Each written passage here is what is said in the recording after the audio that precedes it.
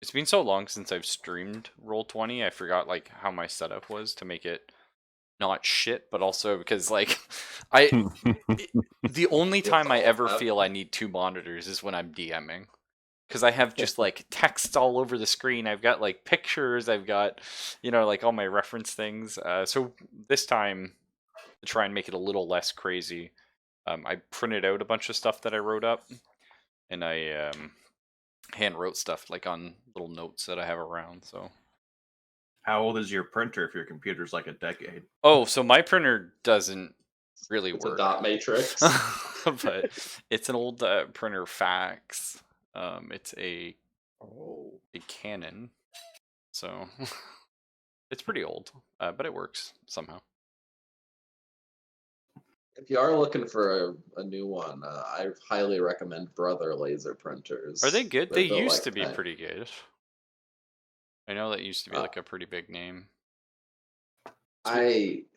I think that they are really great because A, they're not inkjet, so if you aren't printing very much, the ink doesn't dry out because it uses toner. And B, that's huge for me, yeah.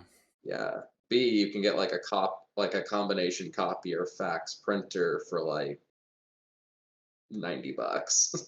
Yeah, I might look into that then, because it's one of those things like, if the printer ever breaks or whatever, like I don't care because like I'll never replace it because the ink will dry out faster than me like using it. Because I just so infrequently print stuff.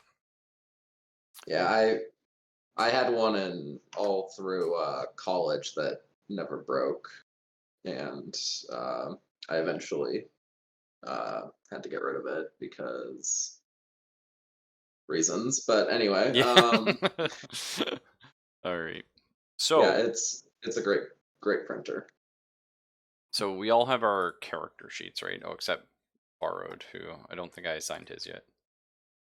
No. No, right? You weren't here at the time. Sorry. Yep. Okay. There you go. So if you open your character sheet, I'll open Barra's on my end, just so you can see. You're gonna have to like drag it and make it bigger. By default, it's like too small to see everything. Too small to say shit. Yeah. First things first. I may not have filled your health in, so you have as much health as you have strength. So I am the healthiest man in the world. You are, yes. And I believe Origami is the unhealthiest person on the planet. No, he's actually fairly healthy. It's Selphus I was thinking of. Yeah. Corporate life doesn't really encourage much in the way of getting out there and bulking up. Yeah. So The heaviest weight he lifts and is that's a it. glazed donut. Yeah, so Zelphus has the two. pilot's one. Hey, give me some credit. It's sprinkled, all right? That's right, yeah. The pilot's the Those same extra strength as nanograms. the company agent. Sorry? Davies or Davis and Wilson have the same strength. Oh, that's not great. For Davis. Yeah. That's a rip. When she's like a... Oh yeah, that is who I was thinking, yeah, Origami. Which, to be fair, Origami's like a crackhead, so... Yes. Well, I mean, yeah. But As much as my character's a brick shithouse, Davis is a fucking twitchy little gremlin that can never get hit. That's right, yeah. Like the leaf on the wind, but it's actually weak. Oh, we all saw how that ended in the movie. Yeah, it ended great. All right, but if we are, I'm just gonna open up Zelvis's for shits and gigs. It doesn't matter. But if you look at your character sheet, it looks a little fucky. It's not too bad. Shows your buddy and your rival. That's just something to keep in mind. That's just for fun, right? You've got your talent there. I didn't type the description up, but I've sent it to all of you, so you all have the description. Zelphus's talent is be an asshole, which is excellent. So, not that far off from reality then. Well, I mean, Borrowed's talent is tell other assholes what to do. So Yeah, so yeah. Congratulations, you've worked as a supervisor. So Borrowed can once per act, I believe is what it is. And there's gonna be people, right? Yeah. Once per act he can like tell someone what to do.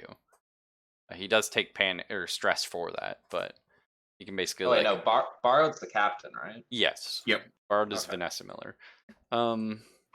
Zelphus is the one who can hide behind somebody. The corporate stooge that he is. Zelphus hides behind the gremlin. Gremlin Yeah. dodges. Zelphus gets shot. Yeah. Zelphus is like the character that instinctively, your paycheck. just instinctively, I think out of character, nobody trusts. In character, few of us trust.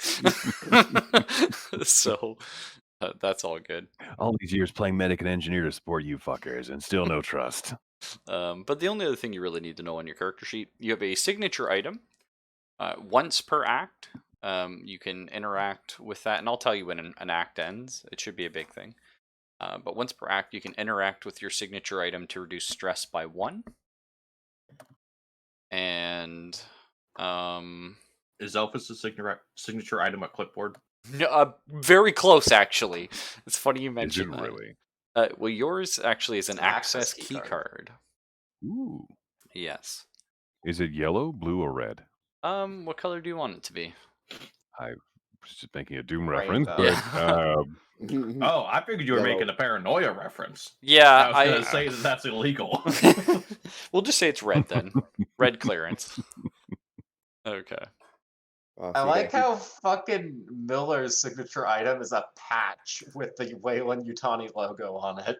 Yeah, I don't know if that's like an ironic thing or it's like she earned her stripes. Like, you know what I mean? Especially because, as far as I know, Miller doesn't really like the company. They want to leave. That's correct. Miller Yeah. hates the company, but I feel But like hey, it's a maybe it's like paycheck. a badge. Like it's like this is what I've done. Like I've built this My career. blood, sweat, and tears earned this, even though I hated every moment. Exactly, right? Yeah, you're the captain of a crew of people that, maybe you like some of them, but you hate the job. You just want out, you want your own ship, you want to do your own thing. But anyway, if we go back to our character sheets. So your base attributes, you have strength, agility, wits, and empathy. And then the 3 kind of touching them in a triangle, the 3 that touch the actual word, like strength, agility, or whatever, are the skills related to them. So, going off Zelphus, for example, if he wants to roll ranged combat, he can click it and the game will automatically do this for him, but it's going to add 4 dice from his agility and 1 from his ranged combat. Perfect. And he failed. Yeah.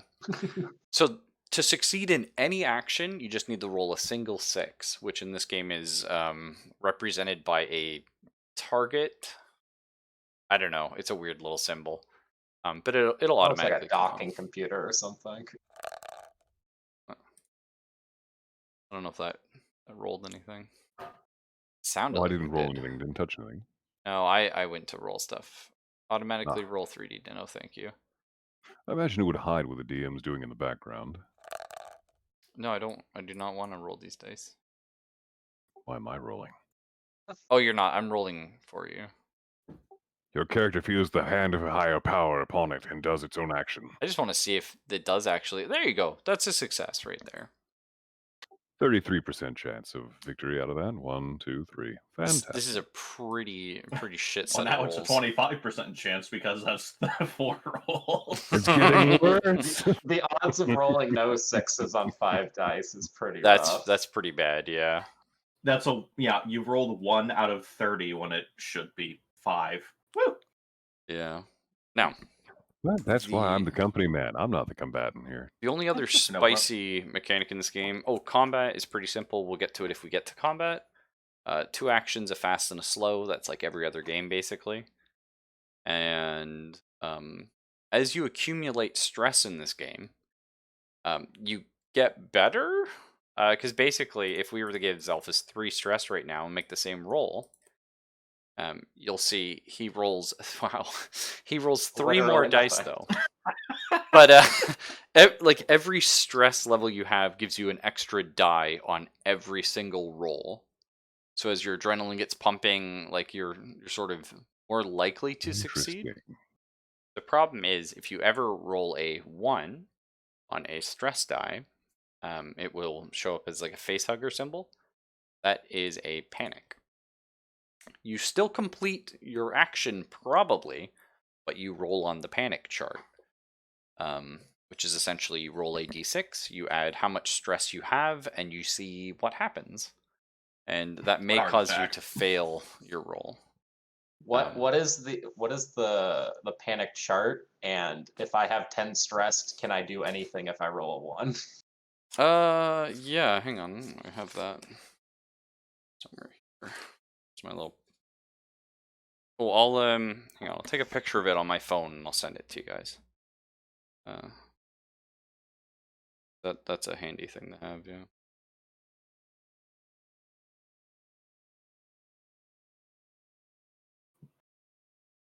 I have that here. I've got the critical injury chart. I guess I could send you that too. That's always good to know. Oh, right, Raffle. Game settings. Chat avatar. Name only. Where? In the settings, top right. Uh-huh. The Oh, first yeah. option. Hang on. Like, the first actual option in game settings, yeah. Get a little bit more screen real estate. Oh, yeah, no, I love that, thanks. I always forget to do that. Because every time you make a new game, you have to go back through all the settings. Which, like, that's fine, but... That's why it was, like, freaking out and trying to roll dice for me.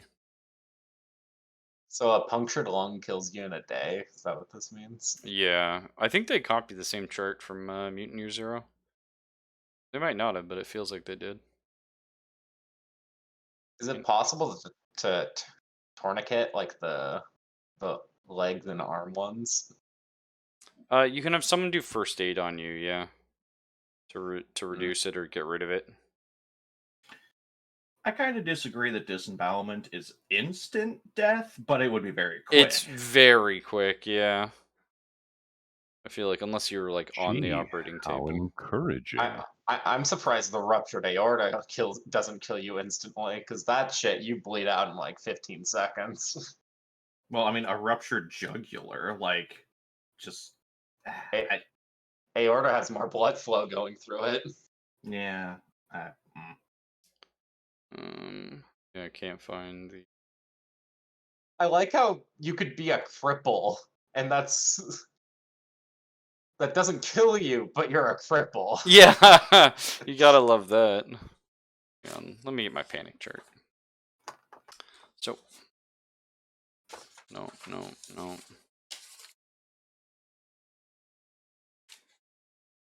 Also, broken toes and broken Oh, here we go. or impaled thigh is the same effect, pretty much. Just wiggle it until it stops hurting. I mean, honestly, you can run on broken toes if you have enough adrenaline. Like, yeah, I mean, adrenaline's a hell of a drug. Maybe like if your thigh's fucked up, you can't run, but you could definitely run on broken toes. And you can use a broken hand. Like, there's enough fucking war stories of people using like they have like 3 fingers left on both their hands and they're still fighting kind of deal. Stuff like that is insane to me, but yeah, you're absolutely correct. Still no Foxy, eh? Like, what was that one guy who was like a senator from Hawaii or whatever who died in like 2016? Dude, like, had like a shattered arm and he like taped his fucking his Thompson to his arm and started charging German machine gun positions. Jesus, that's amazing. Oh man, some people out there are just holy shit. Okay. Well, there's always the story of what is it, Mad Jack Churchill, the son of a bitch that charged into Normandy with a bow and a claymore. I love that one. We should clarify for the audience that would be claymore as a sword. Not the old be more impressive if somehow has a mine from that'd be sick, yeah. Yeah, a mine That's one of from those conspiracy theory movies. 40s. Re-rendered and adjusted photographs of the time show it was not actually a sword. As you can see here, he had taped together several claymores, thus proving time travel. Stay tuned. Got Further evidence has shown his claymore actually was a sword, but It had claymores attached to it for extra damage. Congratulations, you get 1 ranged assault rending. Nice. I like it. AP3. I must have been thinking of somebody else, but this guy, he got his arm shot off by a fucking 30mm grenade. Oh, Jesus. And he was holding a grenade in the arm that got shot off. So he then prized the grenade that doesn't have a pin in it anymore out of his now severed arm and throws it at the guy who shot him. Holy fuck. That's awesome. That's amazing. You know, for a second, I really genuinely thought you were going to say he was one of the Anzac groups, where it's just either he's a Kiwi or he's Australian. And he just picked up the arm, primed the grenade, and threw it like a boomerang. I love that. Oh no, my one weapon is the one that comes back towards me. So, Flop off, you wanker! Whoop. So just like Mutant Year Zero, I mean it's a pretty easy to understand system, but I always find just the way it is, like a success is on a 6. As you can see, there's pretty rough RNG. So we're gonna try and keep rolling down, just because holy fuck. And in this game, if you fail a roll, you're supposed to take a panic or a point of stress. So that would just max our stress, and of course the higher your stress gets, the more chances you have of failing rolls and succeeding them. But so we'll try and avoid that the best we can. We can also take a minute to have a breather, and that'll let us reduce a little bit of stress, and of course having a nice meal. What about smoking? Yeah, I would say there's a thing where drinking coffee.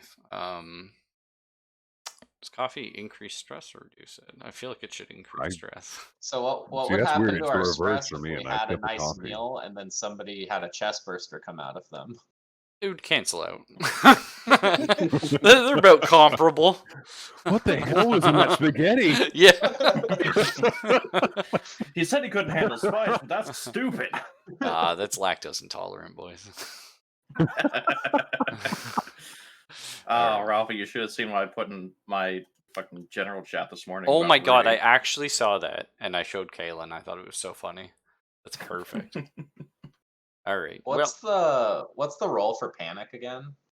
So if you do panic, you roll 1d6 and add your stress level. How do you get a -6 then?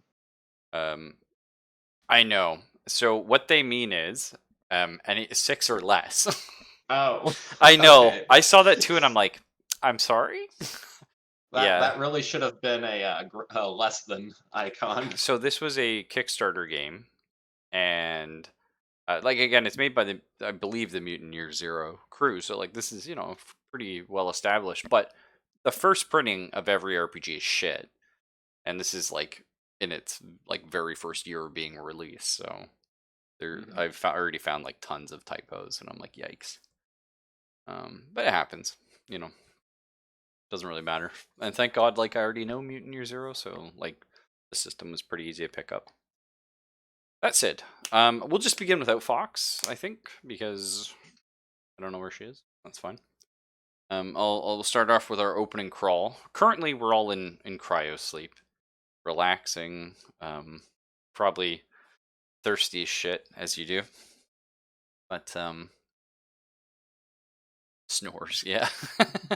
Do you dream in cryo sleep? I wonder. In the I think book, some Ripley people had do. nightmares, didn't she? Yeah, I think yes, you're right. Do people in cryo sleep dream frozen dreams? Oh dear. Oh, yes, skiing in the Alps. Perfect. So, you're all space truckers. I just love that opening line. On the star freighter, the USCSS Montero, running the Gauntlet. This is the trade route between Anchor Point Station and the frontier. Anchor Point Station. There, we're playing Traveler again. Your ship's cargo hold is packed with dozens of tanks of dangerous tritium gas that is in the process of decaying into the extremely profitable helium-3. Usually cargoes such as these are towed in massive tanker modules that transport much higher concentrations of the gas a safe distance from the freight hauler. But we're broke. The Montero isn't rated as a commercial towing vehicle, however, and this small run is a special order for a Weyland-Yutani corporate account on Sutter's World. It's a newly established frontier colony.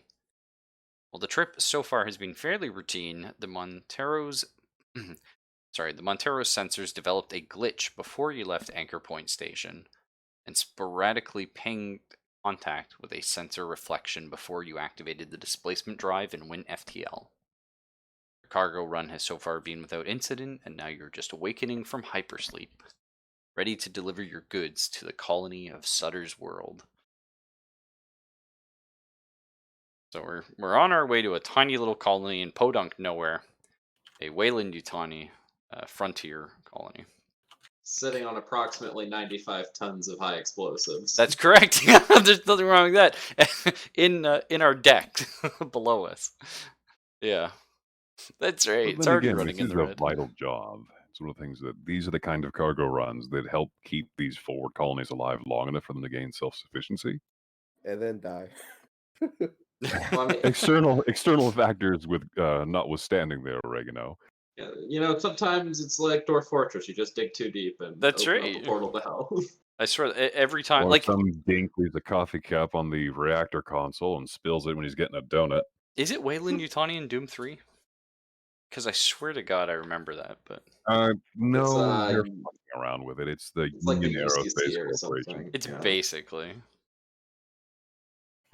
old dick nozzles. It Well, is, they but keep it isn't. changing the TM. lore, so it's like we're not going to get into that right now. It's gone through Yeah. 4 iterations. That's what I'm going to say and leave it there. Yeah. It's the UAC is the name of the corporation though. Oh, okay. They keep retconning what they actually do though. So you guys have all waken up from cryo sleep. Who's the first to wake up? You say maybe the captain. Probably the Actually, captain. yeah. Something captain's privilege, cough. Privilege. Okay. So Well, I think Mother wakes up people in order of importance too, right? okay, so yeah, I like that.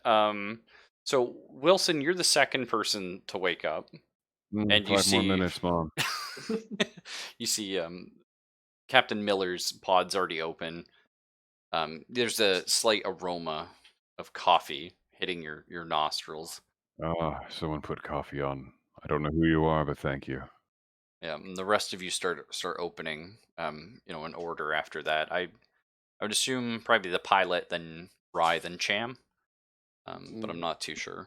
Cham or Rye maybe at the same time. I do just want to remind you, there's probably like a little printout on a computer screen, a terminal nearby, just reminding you from Mother that coffee is free, supplied by Weyland-Yutani. Of course, any meals you consume throughout the day will be billed to you at the end, but no biggie. That's one of those auto coffee makers. Nice. Just a 10-year brew sitting there. Well, no, you know how you can get like a Mr. Coffee that you set to make coffee at 8 o'clock every morning, kind of deal. 8 o'clock in 2072. Yeah, 8 o'clock, 10 years from now. Oh, I love it. What year did I go with, by the way? Was it 2060 something? It was before Aliens. 2175 is what you said. Okay, let's go with 2175. Just have it out there. We like it. So you've all sort of made your way to the mess hall. You're getting some food. Nobody's feeling any pressure in their chest, which is good. It's how you want to start your aliens. Aside from a bit of anxiety. I think Miller was probably out and about, just doing a diagnostic, maybe on the ship. Does Miller do that, or does she have your pilot, or maybe like a Rye do something like that? A diagnostic skill itself?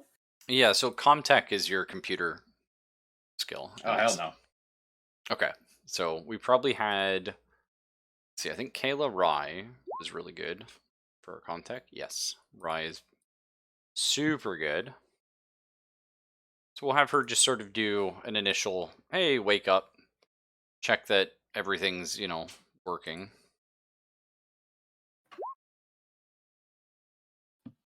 Make sure half the ship didn't explode while we were asleep. Yeah, right. What do we get here? Okay, cool. So, Like a pass. yeah, Rye comes back down while you're all eating and says, just checked on the systems. Everything looks in the green. We still have that sensor blip. Mother keeps reporting contacts sporadically. Looks like she's sort of found ghost pings over the few years we were sleeping there, but as you do. Major, obviously we didn't hit anything, so Anything under its own power, or is this just anomalous readings from planetary debris, system, exoorbits? Anything interesting? probably stuff like that, like just sort of space dust. Our sensor Nothing is terrible, either but fucked up or too sensitive, one of those two. I love that about technology. It can be too sensitive, but it can also be fucked up. Yeah, well, you know what I mean. It's either too sensitive or it's broken, so it's just picking stuff up. So the blips have kind of been moving around when we look at like the records kind of deal. Yeah, it just seems like gobbledygook kind of thing. Just randomness. Yeah. Rye does say though, oh, hop in, Rudy. You haven't really missed anything actually. We literally just started. Everyone's just waking up. So Rye says, well, the important thing to know is, yes, we keep getting these blips, and they should be worrisome, but none of them are identified as anything. Like it's all just sort of like an unknown target. So it's not like something's popped up and being like, oh, this is an asteroid, this is an approaching vessel or anything like that. Some celestial body we're getting close to. Nice, yeah. Just slap it. Man, if Cham slapped it though, it would like probably break. So maybe we don't do that. That's what duct tape for, Raffle. I really want there to be a trait that's just like idiot savant, where there's a character who has like 0 in every skill besides strength, but he can just smack things and they'll work. Oh, I would love that. Yeah, that's great. I was going to make a joke about like how my character will probably like find a way to shut that off so it won't be a constant beeping. Okay. Or at least in the pilot, cock pilot. Yeah, that would probably be pretty annoying. Chilling there. So So are how's the you? rest of the ship doing? Fuel, oxygen, that kind of thing. Okay. Well, you can actually, as the corporate man that you are, you can talk to Mother directly at any time. Oh, I thought we were all just talking to each other, so I was just going to ask the pilot. Okay. So just real quick, why don't we all talk about who we are? Maybe this is like the kind of thing you guys have all done a few. You've at least done one term together before. But why don't we all sort of like sit down and shake hands, and we can have people walk through our character sheets to everyone else just for out of character knowledge. We'll start with maybe Zelphus because he was the last to talk. Also, the first to volunteer. That's right. Yeah. Who is John J. Wilson? John J. Wilson, sorry, is a 43-year-old ambitious member of the Wayland Teutonic Corporation, looking to advance himself in a career to get a better pay grade and all the bennies that come with it. I've been embedded with the Montero crew for a good 6 months now, evaluating their performance to see if the ship and crew can be either fired or retained, or possibly even promoted, given a new ship. And I've actually come to like the lot of you, but there is no room for advancement in this work, so we're going to see what we can get out of this, and hopefully some new benefits or options will avail themselves to us in time. My character doesn't have the best in the way of health, but he's not going to fall over dead at the gust of a strong breeze. I am what you would expect from a middle management type of person. My strength isn't great, my agility is average. I've got decent wits, but I'm rather empathetic with the needs of the people around me to navigate that kind of an environment. I don't know how to use a ranged weapon aside from probably a rock. I'm pretty observant. I'm not really a comms tech. But when it comes to things like dealing with bureaucracy, red tape, lawyers, I do pretty well. You should check out Bless you. medical. Yeah. Report to mother for alien removal. Okay, cool. Who wants to go next? Origami I guess does. I'll go next. was that an Reading my order, mind. Captain? Strongly worded recommendation. My Bless you. character is David's. She's a pilot. And she's addicted to speed, more than one speed. Approximately 75 types of speed. Yeah. Oh, I had a story. She wanted to be one of those daredevil stuntmen, driving cars and shit. But she couldn't make it, so she got sick. Just said, "Well, I need to drive. Uh, company is willing to hire me," and she took the job. And that's what I got so far. Okay.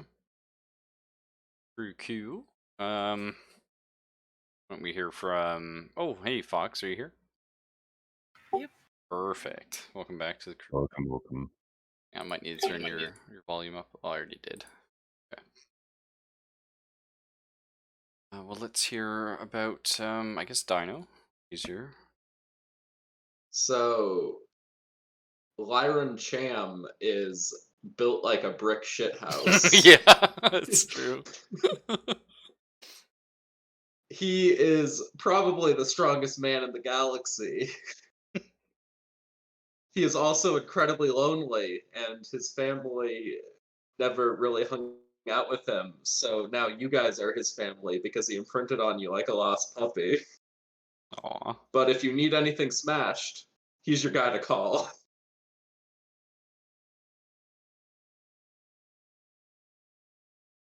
And Vanessa, maybe, our captain. Just a little heads up who she is. That's Vanessa, Captain Vanessa to you. Captain Dr. Vanessa, thank you. Captain Dr. Vanessa, PhD Doctor. MD. Yeah. So Vanessa Miller, who also I didn't know was named Vanessa because apparently I've missed that part of the skill sheet the entire time. It's okay. It's a really small little... Yeah. When it says Miller in all caps at the top, that's all I see. So, but Vanessa here, she is a corporate cog still. Unfortunately, she really doesn't want to be. Kind of sick of the bureaucracy and other bullshit that comes along with it. So she's hoping to either lease to buy the Montenegro or just fuck it, get money and get a brand new ship because this thing's going to need a complete overhaul in order to be able to do anything more than the piddly shit we're doing now. In either case, that's the end goal, but that's a lot of money and a lot of time away, and the ship is running very far in the red right now, so she needs the money from this job. So, yeah, either go independent, replace it with a new ship, or die trying. Strength is okay, agility is empathy is very high. Okay with ranged mobility. I can pilot if I need to, but we have a pilot, so I prefer not to. I can at least see stuff. I have some observation. Don't count on me for medical. So, yeah, it's about it. So anything more complex than a Tylenol and an aspirin for pain is pretty much we're out of luck, huh? Exactly. I'm not a doctor. I'm a medic. I don't fix you. I make you comfortable while you die. Love it. Nice.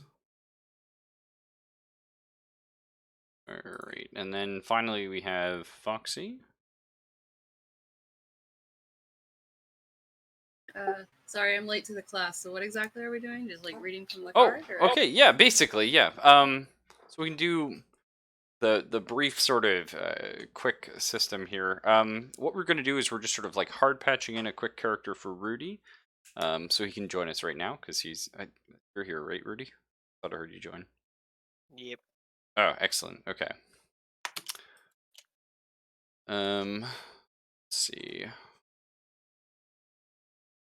So you can be, yep, and we'll say, yep. Well, cool. Awesome. Do we really have a doctor character on this ship? We do now. We do now. That's what Rudy's gonna get. Let me just move him to this folder. We're all gonna die. Yeah, we're basically screwed, yeah. Who knows? You might find the medical profession really appeals to you and you'll excel. Oh, you just gotta hop in the game, Rudy.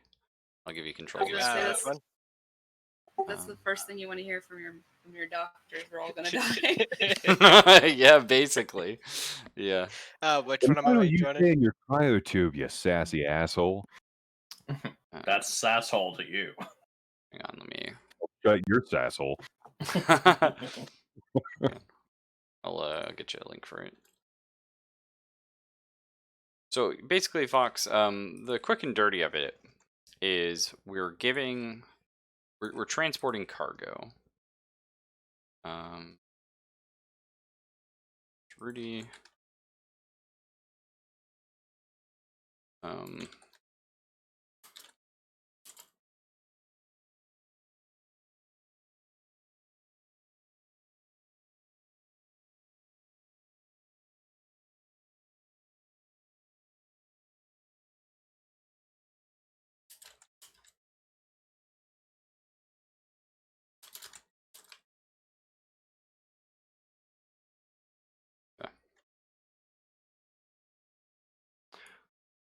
All right, so I got that passed over. Just giving Rudy his agenda, sorry, and getting him into the group.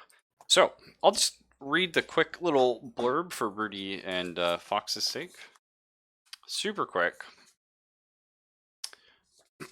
Our current story: we're space truckers on the star freighter USCSS Montero. We're running the Gauntlet, which is a trade route between Anchor Point Station and the frontier. Our ship's cargo is packed with dozens of tanks of dangerous tritium gas that is in the process of decaying into the extremely profitable helium-3. Our trip was essentially designed around the fact we're leaving one of the core worlds with a whole bunch of explosive, like nuclear material, and it's going to decay, and by the time we fall asleep and wake up, we'll be close to where we have to drop it all off. We'll unload it, make a bunch of money on this sort of safe stuff. Usually it would be towed behind our ship, but our ship sucks. It's not even rated to be a commercial vessel, but we were paid a little bit extra, maybe offered a few shares in a small company called Wayland Yutani, so that we could support Sutter's World as a newly established frontier colony of theirs. And we've had a little bit of ship trouble. Just the sensors are, as we said, either too sensitive or fucked up. So They are sensitive to the fuckery. yeah, and we're basically just introducing our characters.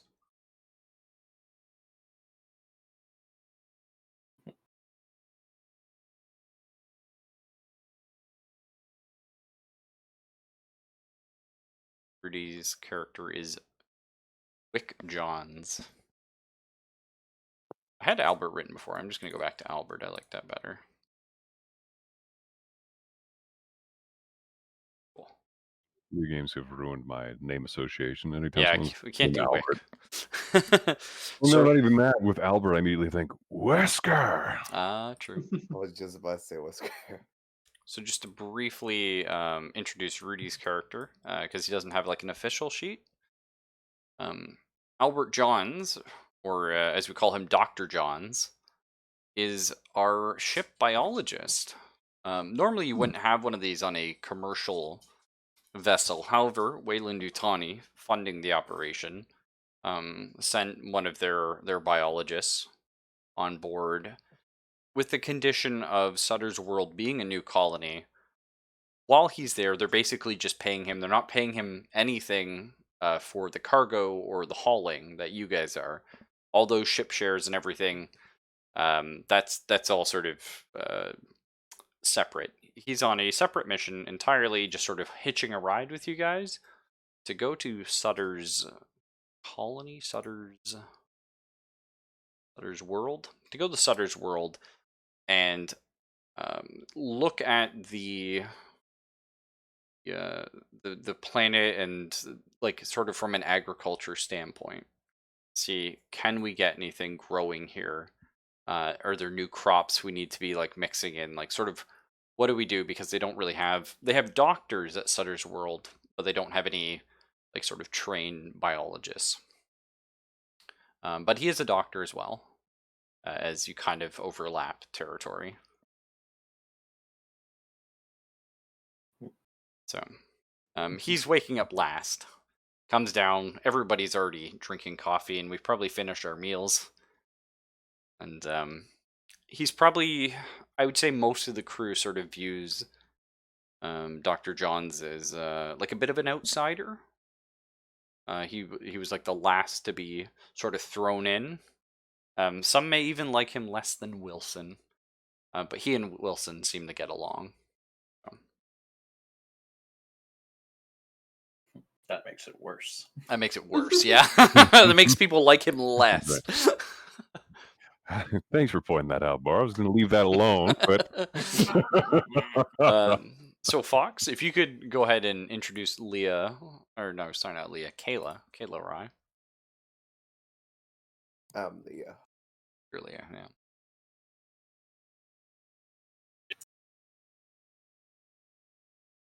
Sorry. That's all right. You can give us a synopsis of your own writing, or you just sort of throw together a few things, or you can just read right off the little blip I gave you if you'd like. Like the little picture thing you sent? Yeah. You feel like the kid who got called on by the teacher. I know, sorry. Yeah. The good news is, though, Alright, you guys we're all hopped there. in right at the beginning, so haven't missed anything.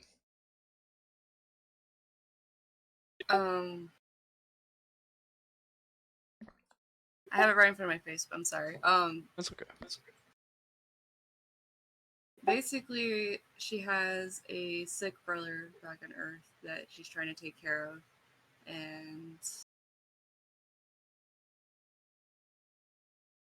Lost you on comms.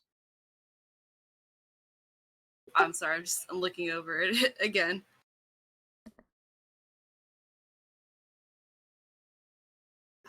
What even is her like job? I don't even know that. So she's one of the like the loaders, kind of. You're actually like the mechanic, the ship. You and Cham are like best fucking friends, basically, because he's the guy that does all the heavy lifting. He's got a loader suit, and you keep everything running. So between you, you do all the work, and everyone else gets the credit. Yep. No wonder her trade is bitter. Yeah, there you go. Yeah. If you've seen the original Alien movie, you would basically be like the super old guy who wouldn't like. I mean, she's not old by any means, but you would be that character who, when they all wake up, it's like, oh, you didn't die yet. Like he's just like crusty.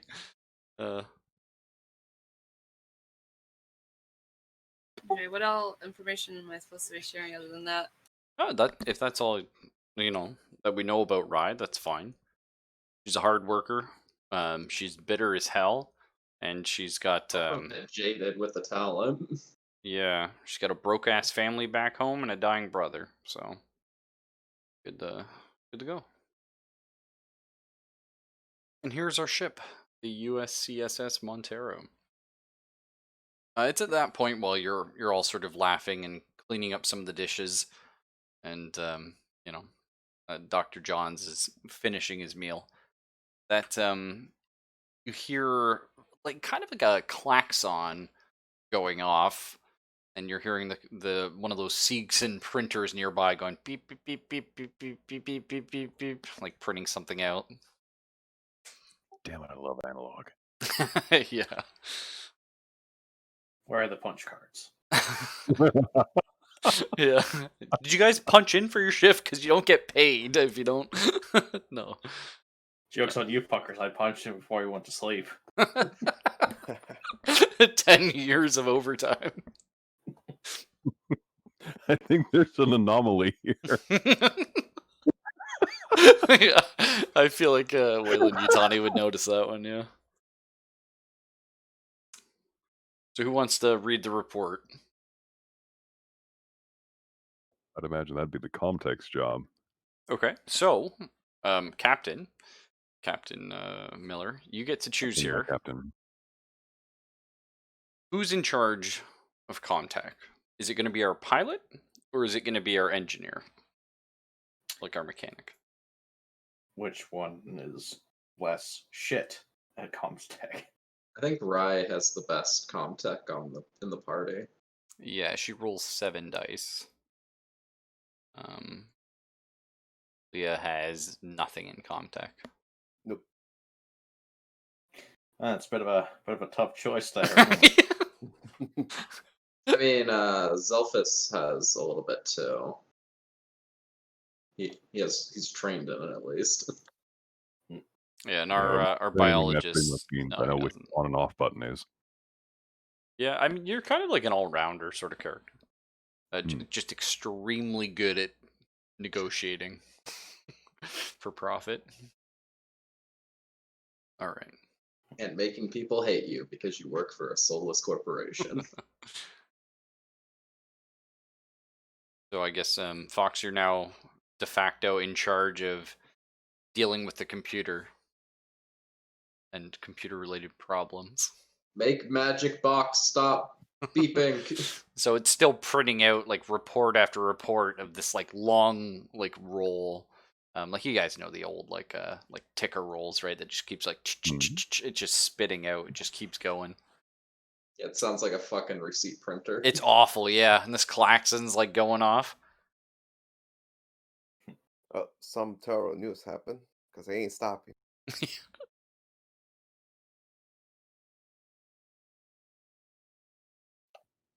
My first thought is to just hit it on the side, like you do with most machines. Well, that's what Cham would do. So I mean, you guys are already besties, yeah. All right, well you give it a I'm just slap. gonna give her a thumbs up if she slaps it. You slap it, it stops printing. Why don't you give me a Comtech roll? There, Rye. So to do that, Fox, you're gonna open your character sheet, and you might need to drag it out because it's not wide enough. You're gonna click on Comtech.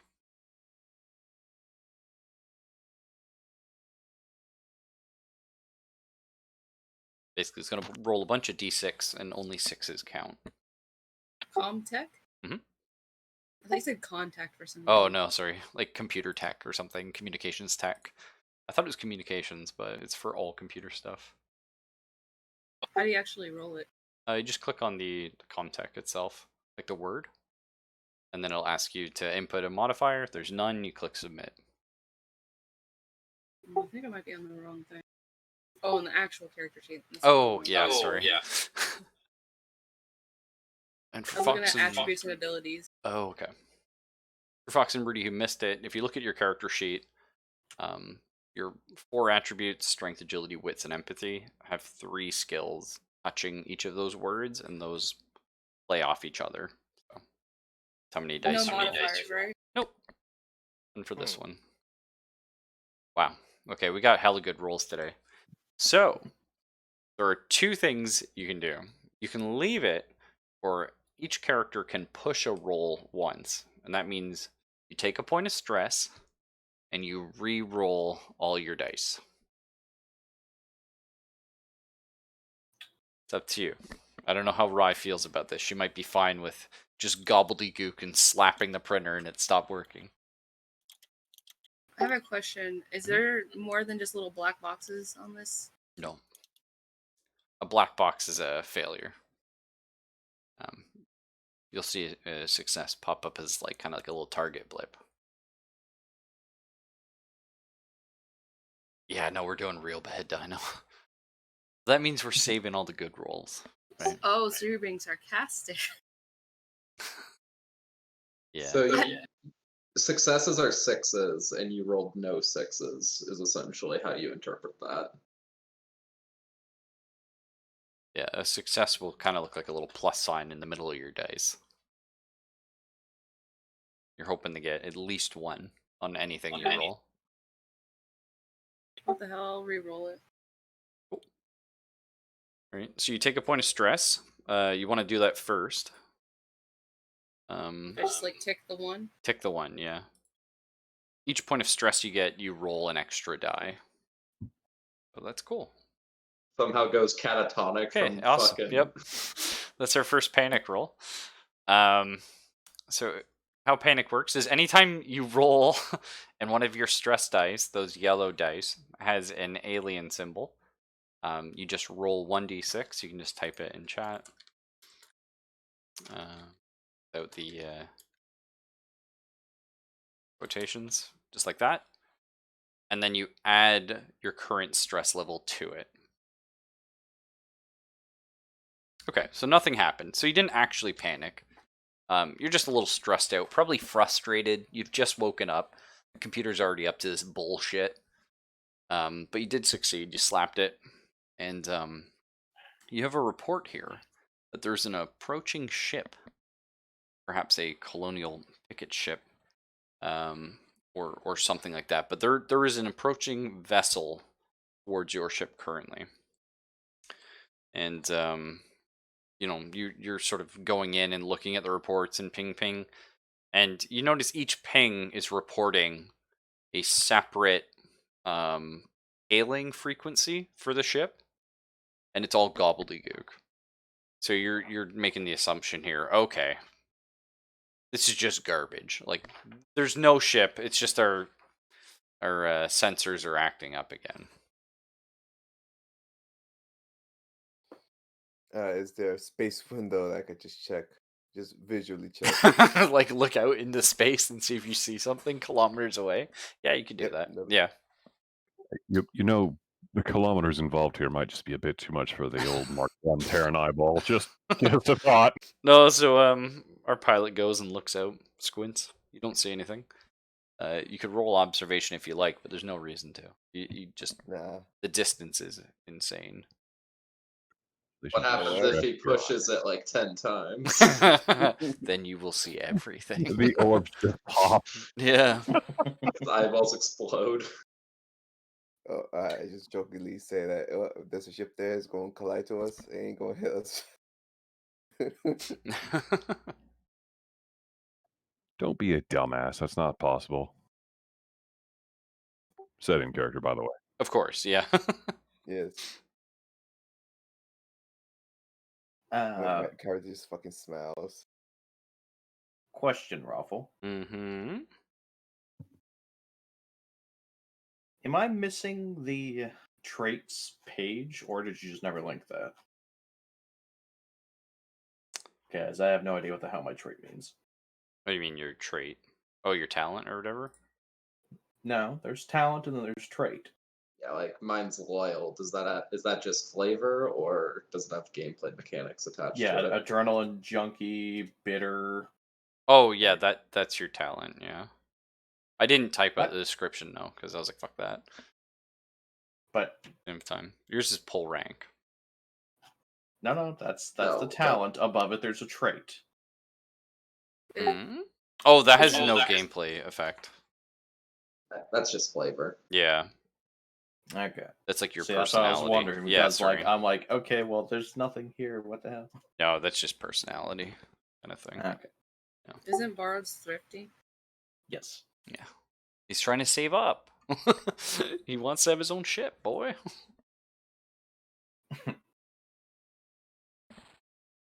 All right. Well, do we have a report on how close we are to Sutter's World? No, I guess your pilot could go hop in the chair and try and hail them. I do that. And look over how far we are. Okay. Oh, we have to go sleep for another 5 years. Well, if Mother woke you up, there's definitely a reason. So you go Oh over and no. you're flipping all the things, click, click, click, click, click, click, click, and what do you call out to Sutter's world? Uh, what's it? Well, we're basically delivering fuel to them, right? Yeah. Yeah, speaking of, yeah, the menial labor, roughnecks, as they are colloquially called, should go start loading up the helium and the what the hell was it before it turned into helium? Well, tritium gas, I Tritium. believe, but it shouldn't be tritium anymore. Radium? It's Tritium. Okay. tritium. Oops. Close enough. It's the same stuff that's used in like night sights. Wait, but tritium already is H. Yes, but it's radioactive helium-3. We want the stable helium-3. Sure, yeah, because that exists. Okay, yes. Yes, it does. It just takes a very long time to decay. Yeah. It decays into tralfium, which is also helium-3. Eh. Even then, gaseous fuel is like the shittiest fuel you could do. Like, you want solid fuel, but whatever. Hand waving. It's I the mean, we could have future, it in man. liquid. So I guess I just called to the Yeah, planet you're saying, calling out, and you're not getting any returns. You're not I returning your go, ping. hmm, what's up with character? Wilson? Yeah, I just called out the boss man, like, Wilson, I'm calling them, they ain't returning. I think the signal's faulty. I mean, not the signal, the You mean their receiver. primary beacon and signal array is not answering? And it looks like either they're dead Try or the we're secondary dead. channels. They've got to have an emergency backup. It's standard for any colonial setup. I try that. So you're still Are we not sure getting we're even in anything. the right spot, boss? Well, Wilson. I don't fly the ship. Well, I mean, while Wilson's there, he could make a contact roll himself and sort of check the charts and see what is Oh going on. boy, I hope my guy has stats in cartography and stellar cartography. Oh, What do you do? Expurgation. You learn that at yes. You learn that at Raise your corporate Geller school. field. all right, Raffle, what should I roll? Contact. Observation or contact? Oh boy, it's only got a 1. Ah! Well, you get your 3 from wits, so you're Oh, smart wait. boy. So if you click it, it'll roll 4 dice automatically. It says modifiers for an input value. None? Let's give you. 0. We're gonna give you +1, because the pilot's sort of ailing. I'm So right next to you. yeah, giving you a hand. Nice. Hmm. That's not great. Hmm. So the one thing is you don't know where you are, but you know enough to recognize you're nowhere near where you should be.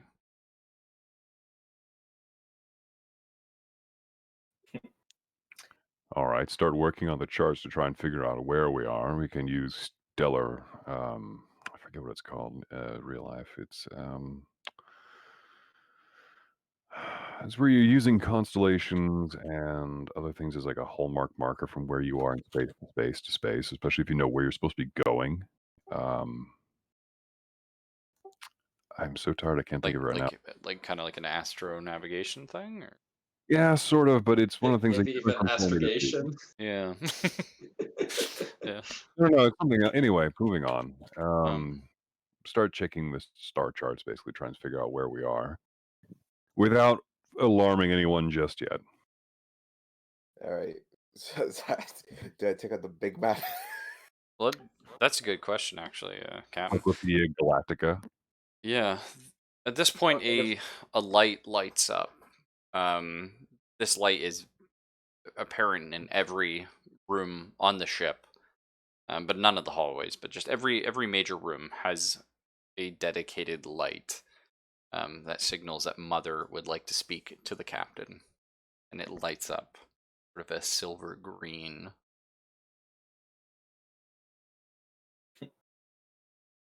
Okay, well, let's go poke the button next to the light. Okay. So if you go off the bridge there, you can see Mother's got her little room, and you sort of step into the room, and it's a white room filled with blipping lights and ticker tapes and computer systems and In a single terminal. a single terminal. And you sit down and you begin to type. What do you ask Mother? Where the fuck are we? Yeah. Are we still on course? That's the first. No. Why have we deviated? We've picked up a distress signal from an unknown ship. Priority 1, investigate. Do we have a position on the distress signal? No. Near. Oh boy.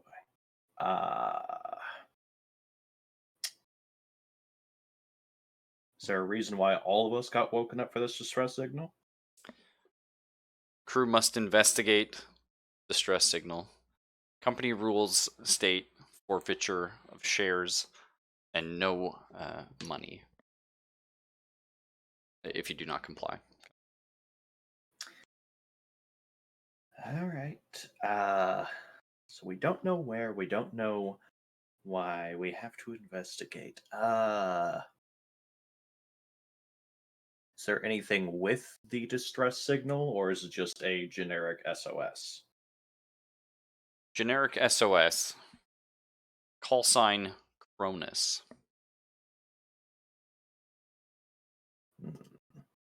That's not foreboding at all. Now, the captain may or may not relay this to the rest of the crew, and he can choose how he does that. However, I will say, just sort of as an out of character knowledge, Wilson knows company policy to a T, can tell you exactly how Wayland Yutani values distress signals. He may need to bring that up a few times. Of course, if I know about it or learn about it, Correct. because No, all no, I know I'm is the doctor has, or the captain has skipped out to talk to Mother, and I'm sitting here going, "Where the fuck are we?" yeah.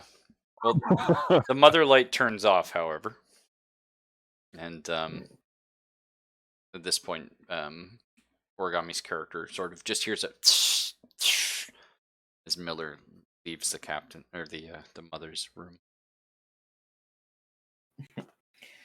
Well, let's head back into the bridge and talk to. Okay, I need to look at who the fuck is who. Origami is the pilot. The pilot, yeah. Yeah. Which is Leah, right? Leah Davis. Yeah, And I just need to write that crap down. Yeah, that's fair enough. Oh boy. Yeah, let's go. Would you like me to put what if I put it next to their name? Would that be good? Doing this? Yes. Okay. I'll do that super fast. Okay. So yeah, let's go over and kind of lean in towards Leah and be like, okay, we're not where we're supposed to be. Apparently we're looking for a ship now, not a planet. What? What? Yep. Distress signal. Company wants us to investigate. So, why don't you stop looking for the planet hailing frequency and start looking for ship hailing? Oh man. I don't think I could do both. That's why I said stop and start ship. I love holy shit. Who's our pilot? The pilot. Don't worry, guys. Anything that Origami does is explained by the pilot being high. I am high. I was gonna as shit. scan the comms until I got high. It's true. Oh jeez. All right, so I'll try and find the distress beacon or the phantom glitch. Okay. As you're looking, you're hearing klaxons again, and there's just like a little paper spits out next to your piloting console that says "Brace for impact," and you see pilot? the pilot probably flicks the loudspeaker. I would just say this might be bullshit, but brace for impact. I fucking blitz. Brace for All some right. bullshit. So you see on the scanner, you see there is a massive target now, like extremely close. You could try and do a piloting check if you think she's daring enough to attempt such a thing. Yeah, I will I say, would. if you try the pilot here, you will be the only person not braced. That is fine. She's going in. All right. So give me a Going piloting at in. Full -2. Titanic. Yeah. I Piloting mean, at -2. is he not buckled into his chair? No, fuck that. Well, yeah, but I mean, like, if he's like trying to, he's not going to be quite as prepared. Wilson races to get to his seat with a safety harness. As we know, Leah has problems doing two things at once. So sitting in her seat and piloting. Well, thank God. Well, the rest of you just hear the ship groan. Our two roughnecks, our mechanic and our Chad, you're probably down in the cargo hold and you see some of this tritium gas just sliding just ever slightly across the floor. And like the whole ship is just like lurching. However, we didn't collide. Anyone anywhere near a viewport would see a large structure just go screaming past. I just take the intercom and say, "Whoa, yeah!" Nice. So,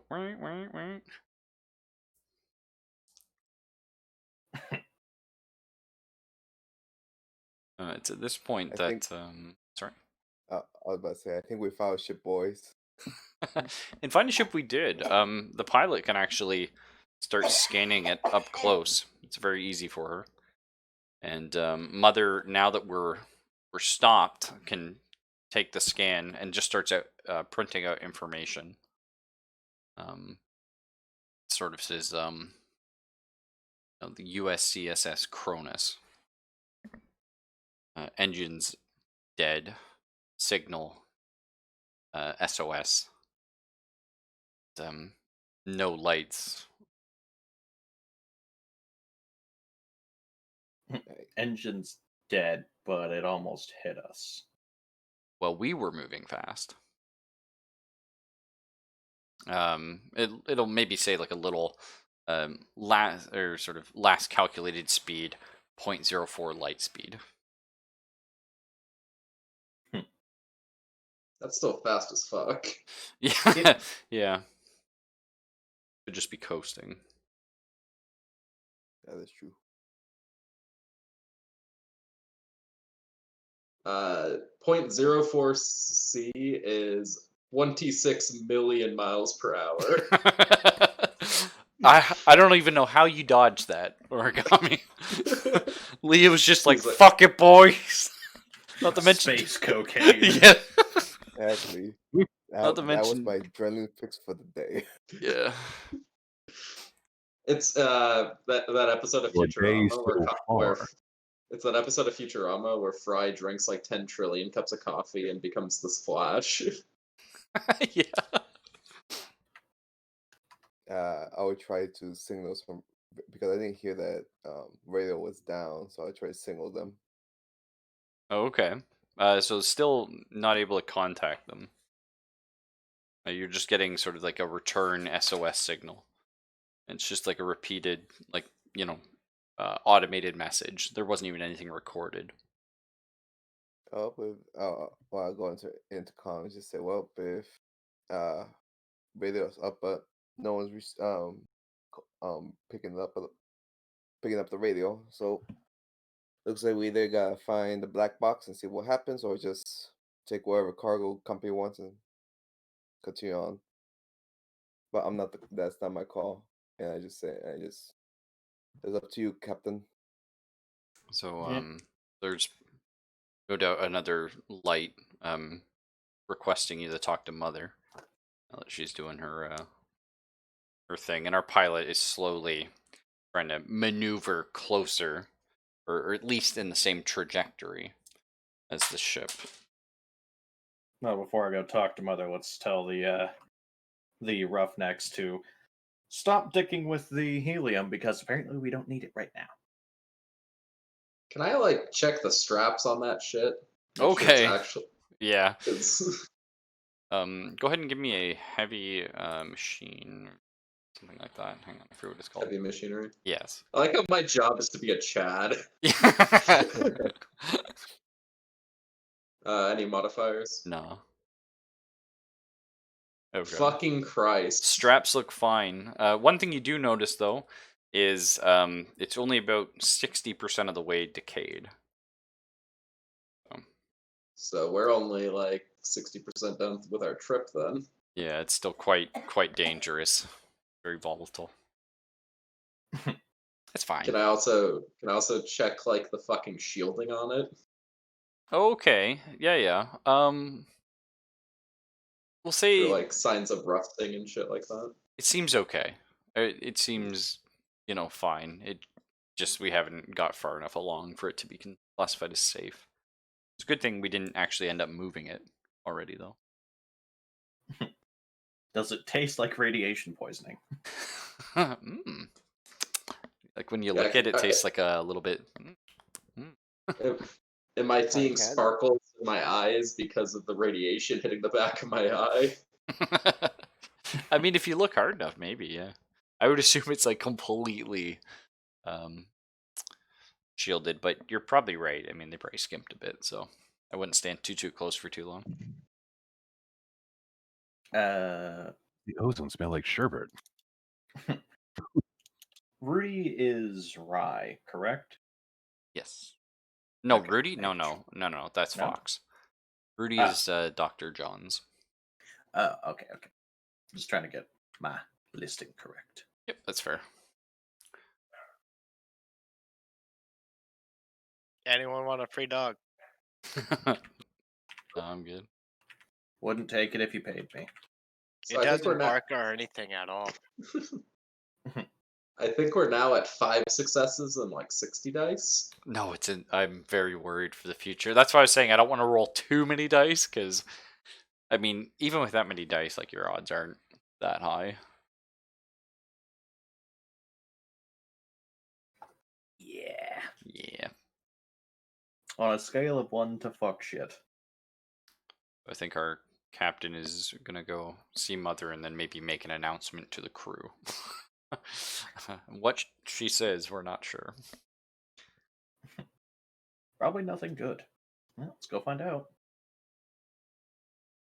So you sit down at your terminal, beep boop, and it spits up the right. Ship USCSS Cronus. Classification: Wayland SEV M3 Ladies class spacecraft. Launched in 2110. Unknown, like saying like it was basically unknown as to where it is until now. Minimal power. Exterior, interior lights off. One sign of life from inside.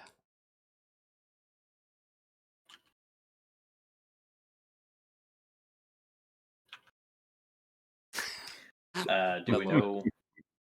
Do we know what part of the ship said life sign is in? Is it in the Ooh, cargo that's hold, good. the bridge?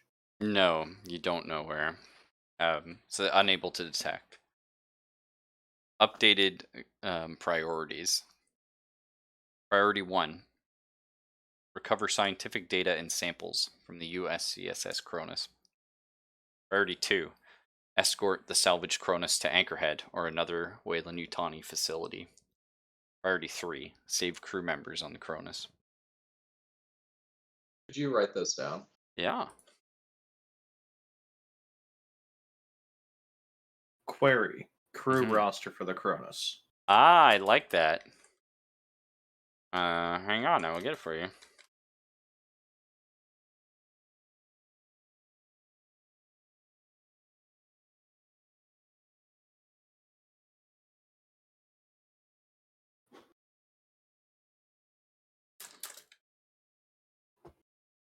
There you go.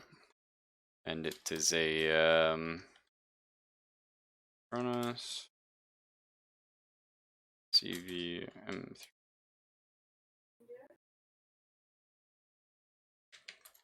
Cool. Give me 2 seconds. I'll be right back. Mm-hmm. Now the question is, who would investigate? Well, we're gonna have to be told about this at some point because we just had an evasive maneuver that swung the ship around like a fucking lunatic. By the way, nice save, Regano. Well, I imagine that you would have overheard that, Wilson, unless you somehow dove out of the bridge. Well, I just went to the nearest buckle seat that would be able to keep my ass in the chair instead of being scattered across the bulkhead. So it's really up to Raffle to say where the hell I actually am. Yes. I don't think I could. I don't think I could clear the bridge to the adjacent hallway where that little ladder symbol is. I don't think I could make it there in time, so I'm probably still on the bridge. But we're gonna have to inform the rest of the crew if that's the case, anyway. Yeah. Well, I already pulled the Roughnecks off helium duty, so they should meet us back up in the galley or something. Eventually, so TM. we're gonna have a crew meetup then. I kind of want to go to the med bay and take a couple pills of iodine. Clean the radiation off your body. Yeah, just let Mother know when you start pissing blood, okay? Or losing your hair. Or pissing hair and losing blood. Oh no. Oh my.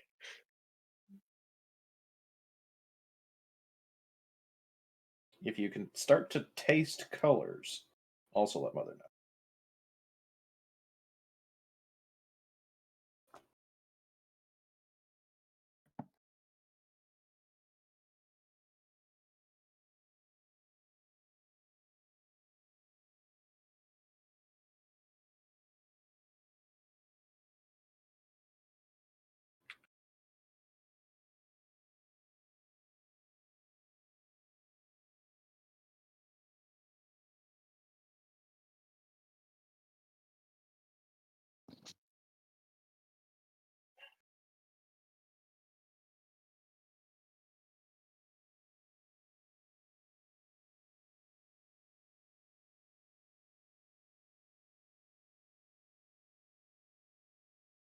Okay, I'm just writing your list of names. Sorry. What have we decided? Or are we asking Mother for anything else over here? Well, I imagine it's taken a while for this damn dot matrix to print off this crew roster, but That's right. Yeah. would Zelphus have been near enough in the cockpit to hear me telling Regano about the new assignment? Like maybe. Yeah, I kind of believe there was another seat in there, wasn't there? Or Yeah. was Well, I that's where you would have bolt somewhere been.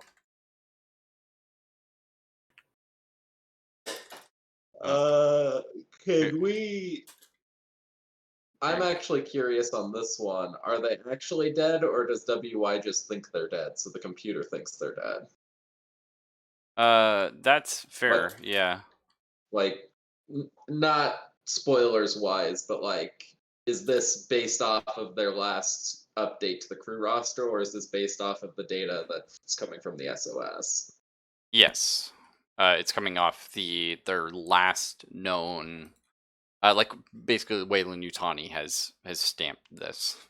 Yeah, so yeah, they've just been missing for so long that they're considered dead, right? yeah. We'll say Okay. the last crew update was in like 2159 or something. Like we'll just say that's when Wayland Utani like closed the book. They were like, okay, it's gone, you know.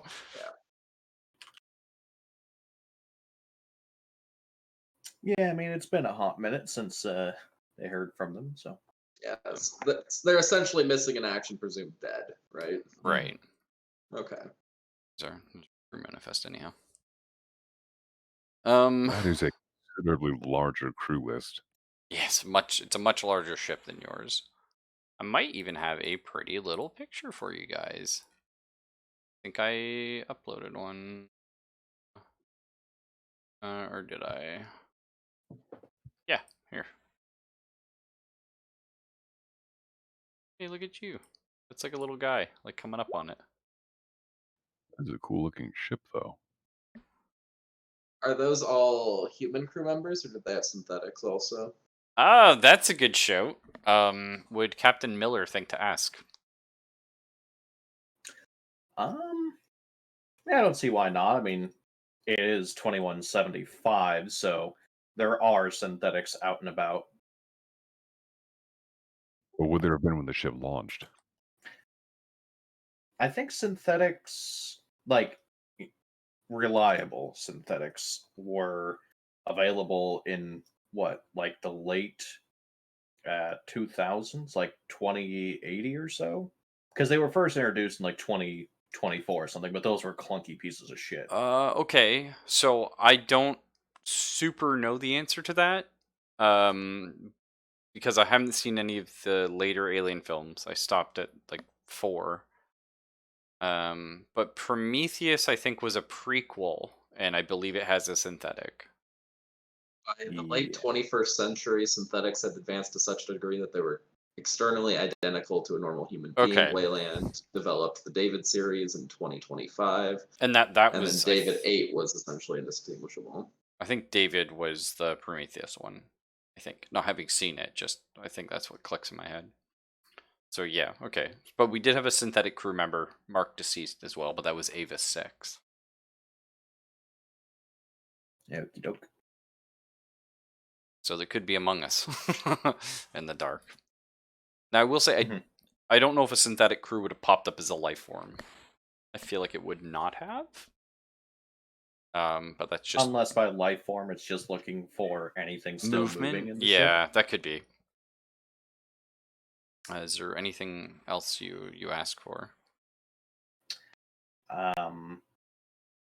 Do we have any readings on its like reactor? Because it's on low power, yes, but does that mean because the reactor is running out of fuel, or just because it got switched to low power? Because if it's pissing radiation into the ship, we got a problem.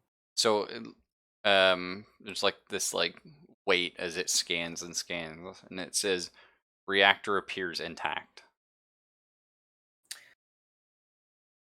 At I that have a question. point, oh yeah, Mother also spits out the layout of the ship for you. Could our sensors detect like radiation or atmosphere or anything like that? Okay. Well, it's company policy to send you over an EVA suit anyway, until you can ascertain that. If we Correct. had here, we're not going to just dock and say, "Get your ass in there and have a breath." Well, I mean, if the place is pissing enough radiation that we're dead in the EVA suit, I don't want to go on there. Yeah, minor radiation detected, very minor. But no atmosphere. Well, sorry, not no atmosphere, no oxygen. There's a difference. Its hull has not been like, destroyed. It's not open to space. It right, just doesn't yeah. have good seal. All right. Are there any detected hull breaches or so the easily discernible damage? The main airlock, if you were to go to it, seems like it is damaged. Like the external one. It also appears that there is a missing chunk of it, that there may have been a secondary vehicle as part of the Cronus that is not there anymore.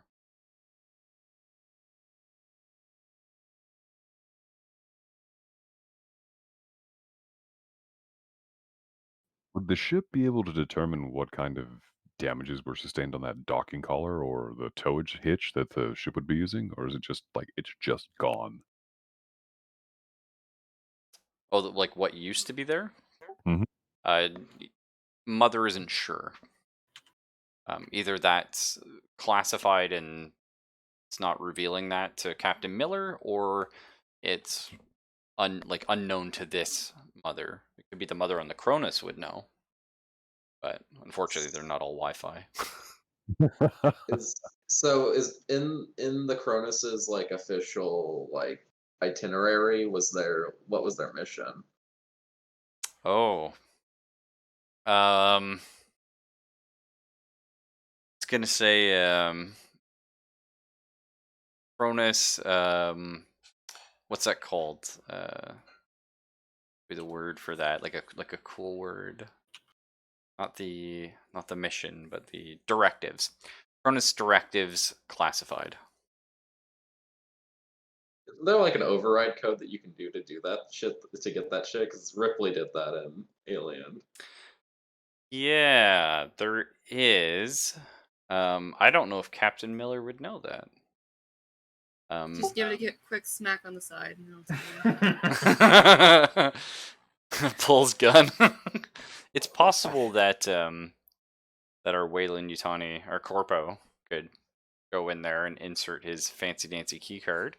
That involves me going over to the other ship. No, like we're talking to our mother right now. Because our mother knows a bit about the ship, but for some reason doesn't want to give us their directive. Go in there and give it a look.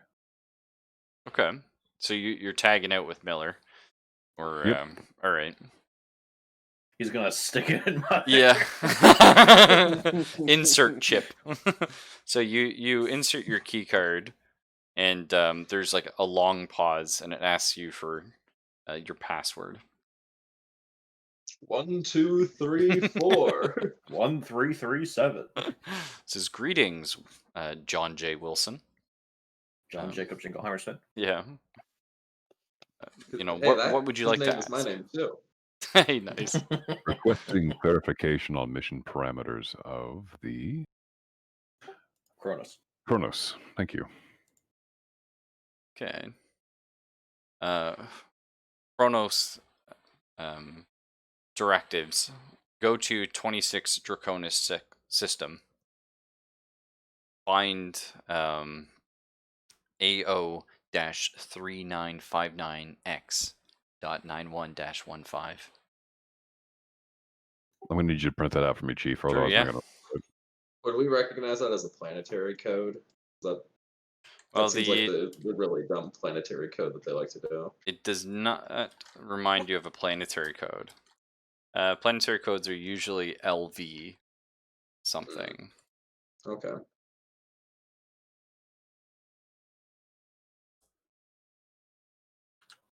And that's all it'll tell even you. And then it says, I would like a clarification on the item. oh, okay, on AO, it says classified, must be secured and brought back at all costs. All right, if I can't ask what it is, I can ask surreptitiously about mass.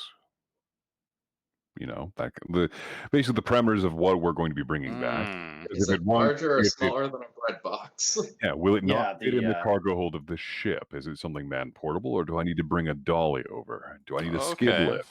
Do they could have probably a use a pre-designated storage container? Does it have radiation properties? I should be informing my crew about protective measures. Should I go armed? Is it a Yeah. mimic? Let's just get the material, I'm just typing in. the data safety sheet for the object. And Wilson's been in there a while. It'll be Hey, like Wilson, what are you doing in there? Asking questions. approximate Get off- size get unknown, off. approximate weight unknown, no description of object listed. Hazardous properties, safety. Oh, requirement. okay, yeah. Environmental hazards, minimal, needs more research or something. What about biologic hazards? Okay, Something like I would ask. biological hazards unknown. All right. Does it have a stowage container on the ship? Okay, yes. It'll list that the Cronus had an entire instead of like a shuttle, it had like an entire like science lab ship, like sort of on top of it that it ferried around with it, which is presumably missing at this point.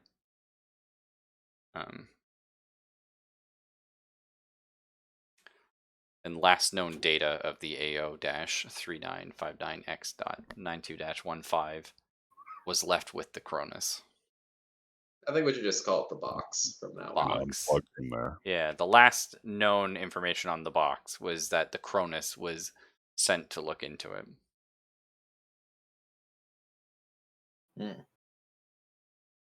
Well, in that case, I'll better step out and inform the captain. The captain still hasn't told the crew about any of this. Logging off and taking the chip, obviously. Well, the crew needs to meet the captain in the galley first. Then the captain can relay stuff. Because if they're in the cargo and we're in the bridge and Yeah. we're also talking to Mother, like, So are you hitting the switch for the intercom? Like, crew, meet me in the galley. Code crew bullshit. to the galley, Yeah. crew to galley. Yeah. Over. Oh God, work PTSD. Yeah, that's right. Yeah. Code Meet Adam. department line 1. You did it wrong, but thank you. Ricky Cruz just screaming internally. I am extremely.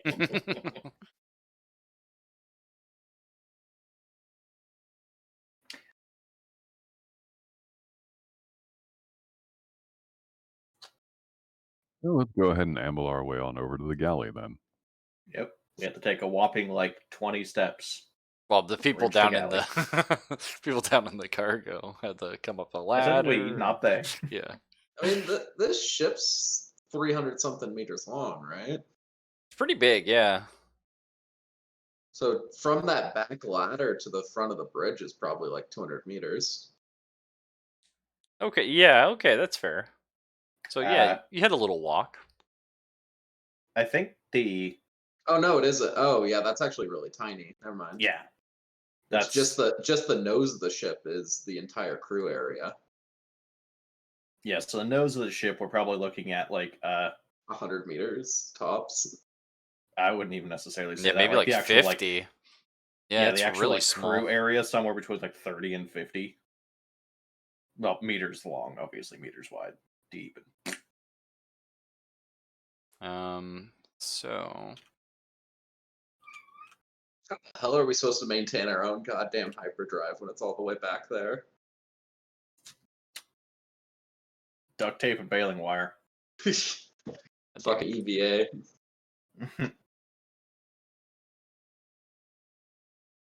there we go. We're all sort of seated around the galley, and I just want to note it on record that Wilson, gave all the information to the captain. So maybe even though you guys hate each other, maybe you hate each other a little less.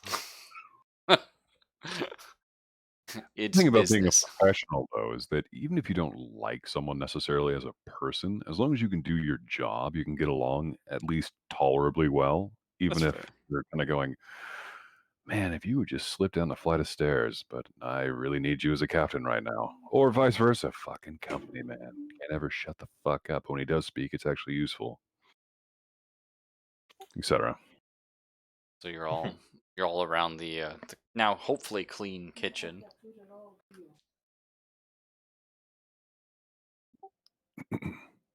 Vanessa steps forward here. Captain, Dr. Vanessa. Yeah, 1 second. Yep, the theme music.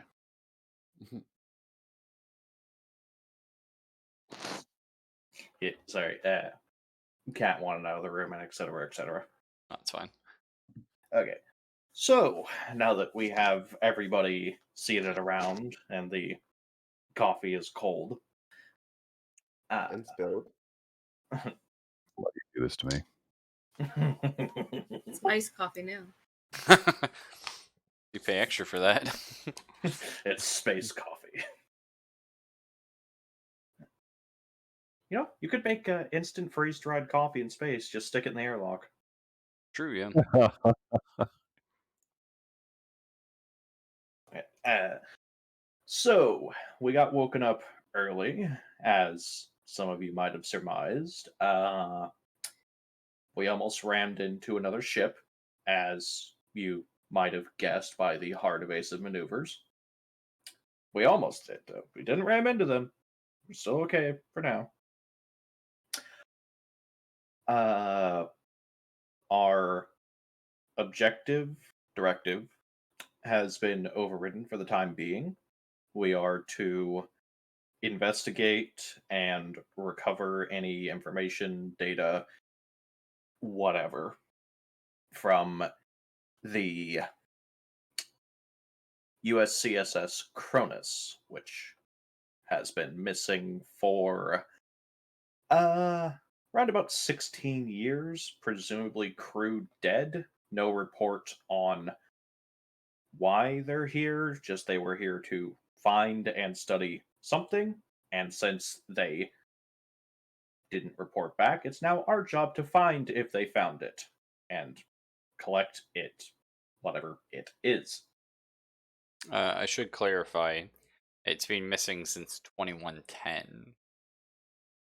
Wow, they were really optimistic about our advancements. Yeah, At least 2159 is when Wayland Yutani wrote off the crew. Uh, Yeah, so it's been missing like 60 some years. Yeah, okay. so either nothing's alive or everything's alive in cryo and all is well. Hmm. Of course. Naturally, Yeah, of course, but- everything's gone to shit. No. Sorry, I'll let you continue though. I was enjoying it. Yeah, Diana was going to say something. I was gonna say, I think Ripley survived for like 50, 60 years in cryo, didn't she? After she escaped the Nostromo. Yeah, you can last like forever. Well, not forever, but as long as there's like Power. power and stuff, basically. Yeah. Yeah. So they could all be fine. Could be, theoretically.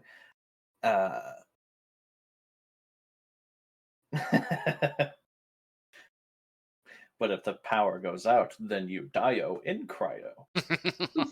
Yeah. Cryo or you die. Oh, that's right, Fox. Oh, that's great. So, as was pointed out earlier, though, Raffle, crew of 17, roster of 28. Well, 28 dead listed, yeah. Yeah, but how is that on a crew of 17? Like, It was to launch with a crew of 17, officially. Or the Skeleton Crew 17. And they just had more people. Oh, yeah, because they did have the science vessel as well. ah, The external one. well, yeah, let's continue on with that. So, we don't know who, if any of the crew, are alive or dead, if they're in cryo. There is one life sign reading. Where it is in the ship, Mother won't say. It could well be their synth. They have one listed on the crew, so perhaps they're still puttering around in there. Not sure. There is a small amount of radiation leaking. Presumably, that'd be back in the engineering bay. There is not breathable atmosphere, but there is atmosphere in there, so still have to bring your suits. Or we could just wear respirators like all the idiots in the movies do. Yeah. But we have to get from our ship to their ship, so we need bit suits. meta here, aren't we?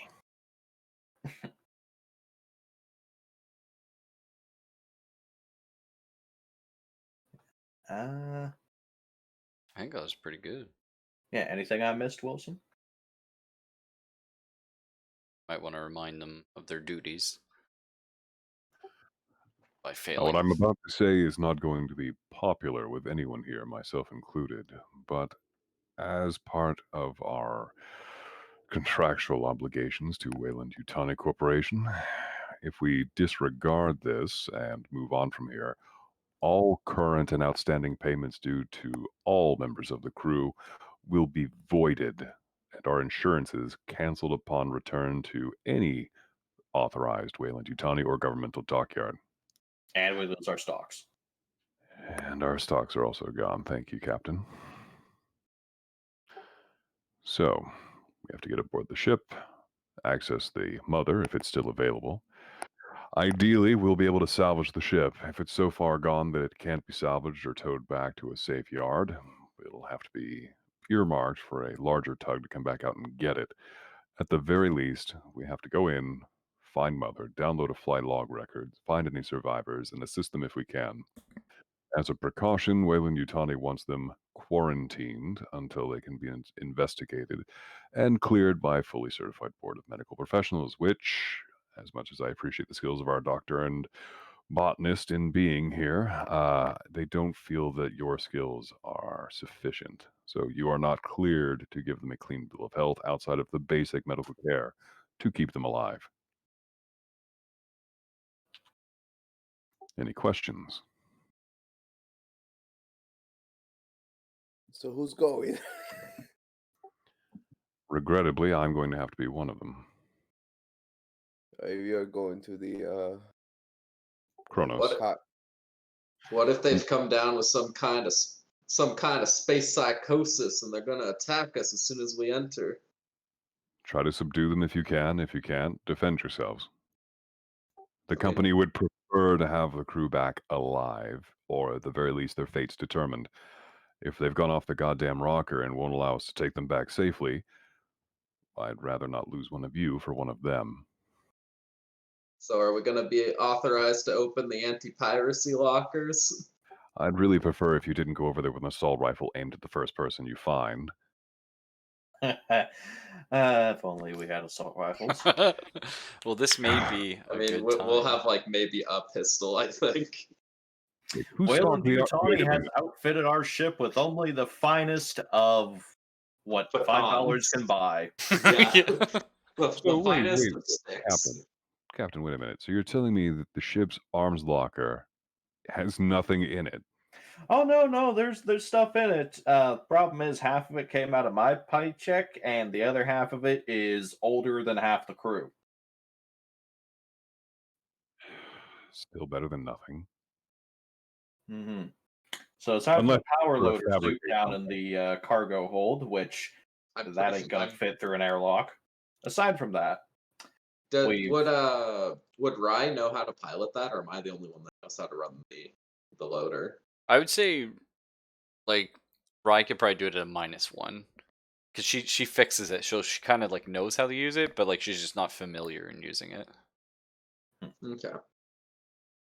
But so like the captain said, it is going to be almost impossible to get that off ship, like through an airlock. That is.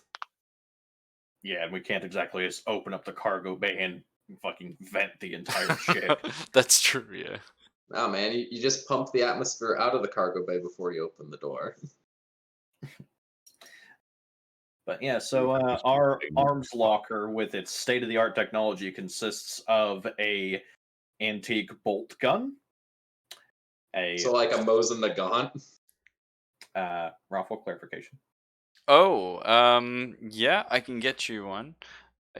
But can continue. So is right now is like Vanessa, or sorry, not is the captain going to the locker and pulling everything out and putting it on the galley table? my No, God, I'm you're just kind of embarrassing. going over our, Oh, you're like just I said, listing our it. state-of-the-art loadout. Yeah. Okay. That's fun. Yeah, we have a single bolt gun, a single service pistol, a harpoon grappling gun. I mean, you could maybe hurt somebody with that. And a incinerator unit, single. So we have a Mosin the Gaunt, a 1911, a fucking James Bond grappling hook device, and a flamethrower. Yep. Yes. Okay. We have 3.5 weapons for the crew. Like I said, part of it's my pay, part of it is antique. Well, I only know which end of the gun to point at someone, so I think you might be better served finding someone who's more proficient than I am. Yeah, who's actually good at shooting? Because I'm good at smashing, not shooting. Well, I'm good at. I'm good at. Selphus can actually shoot. Yeah. I got 2 at range combat. Just 1 And you're the point. best, and you're the most agile, so you're probably good with a gun then. I choose I the mean, Zelda's handgun. 1 point is better than no point Yeah, but it's 1 because you point. also Enough. plus agility. Yeah, so you have 5 dice for shooting, which is pretty good.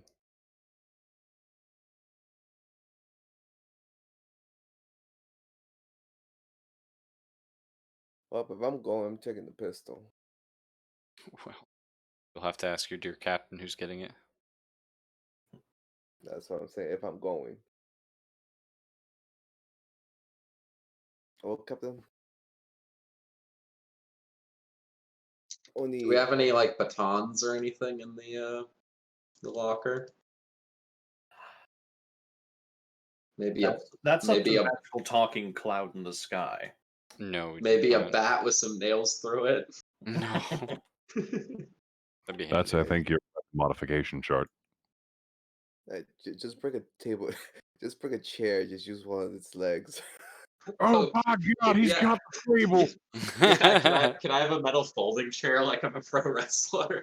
Yeah, you could probably bring that across. That's fine. The chair. I get tired sometimes. Oh, okay. Bolt gun is basically let's take a rivet gun and turn it up to 11. So it's like a It's a shotgun, but with rifle. I was hoping it was a fucking Mosin Nagant. Because I think that they should still be using a gun from the 1800s and the 2100s. I mean, it would be Well, fun, I mean, right? where's the AK-47? That thing wouldn't jam even in space.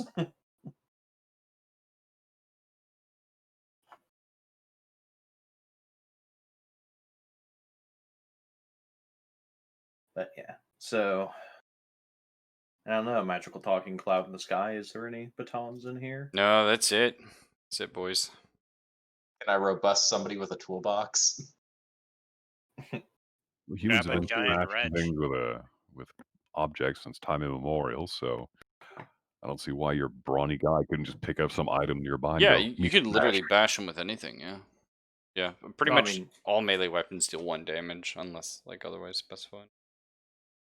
Okay, Yeah, just so go get a wrench from the rolling mechanically toolbox. speaking, its flavor for melee weapons. Yeah, like there's a couple I think that have like melee But weapons. those are probably like swords and stuff, right? Yeah. something chain sword something. Hey, I was playing a combat character. God damn it! there's actually a story I've been reading where they have chain swords, but they're officially designated as cutting tools because they're not allowed to use them in melee combat, even though they do. Oh my god, that's hilarious. Just a joke.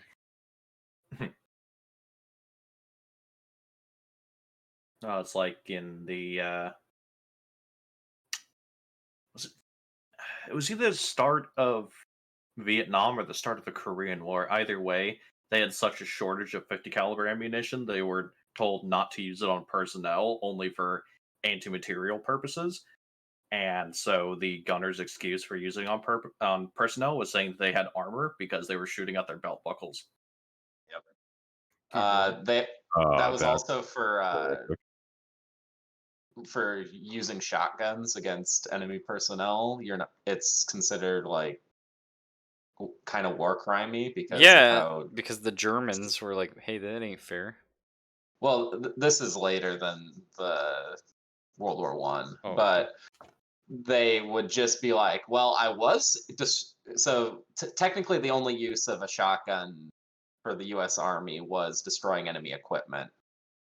So like doors and shit like that. But so they just are like, well, I was aiming for his canteen, which Oh, is nice. hanging off of him with a shotgun. Love it.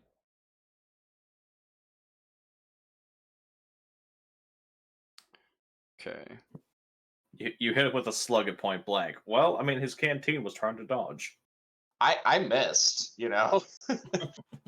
I may have hit him directly in the chest, but I was aiming for his canteen.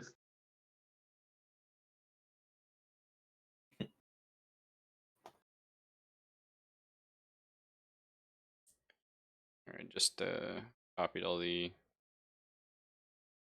stuff. The only problem with Probably. I got everything on my phone, and it's like a pain to PDFs on your phone. Because Mhm. like you like print the PDF as a PDF, but it's like, oh, it's the same file size, and you're like, no, it ain't. Like, you know what I mean? Dangus. But anyway, there we go. Just so you guys got some weapon stats. So, is everyone going? And if we're not all going, who's staying back? And either way, the only way for us to dock up with the Cronus is we will need our pilot to like line up with it, matching course velocity, everything, and then either counting on our pilot to do a damn good job and extending the umbilical cord across with like some heavy machinery, get our roughnecks to do that, or everyone goes across has to spacewalk mobility. I guess that's I who think the who best thing would be to Wasn't connect the ships Thor also together. dead? But Uh, earlier, the airlock door, the external door was busted. it's damaged. You may have to cut through it. Ah, Also, just for everyone's sake, if we could have our captain list the equipment on board our ship, the Montero, and then once we decide who's going, the captain chooses who gets what. Well, I mean, I listed off most of it. The only thing I didn't list off weapon wise would be stuff that's not weapons. Like we have the compression suits, Mhm. we have a motion tracker, and we have a cutting torch, alongside whatever tools are rolling around in the lower decks. Okay, so then what I'm asking is, once we decide who's going, if you could just sort of give like gear loadouts for who's got what. I think when we go into the Chronos, you guys can argue and decide who's staying, who's going. Are we all going as a safety thing? But we're gonna split into groups because we're gonna be on a timer, and the captain knows this. I mean, all of you have it at the back of your mind, but the captain is more than aware that once we get in the Chronos, we have a limited air supply to get the air running, to get the power on, and sort of secure that initial area. But the most important thing will be getting the power on and getting the air up and running, so that our very limited air supply in the suits it doesn't come back and bite us.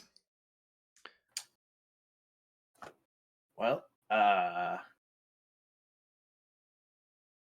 I would say that we should probably have the pilot stay here in case something happens with the umbilical or other whatnot while we're in the ship. You can realign us and we can just spacewalk back. all right. Keep somebody awake on this side of the ship.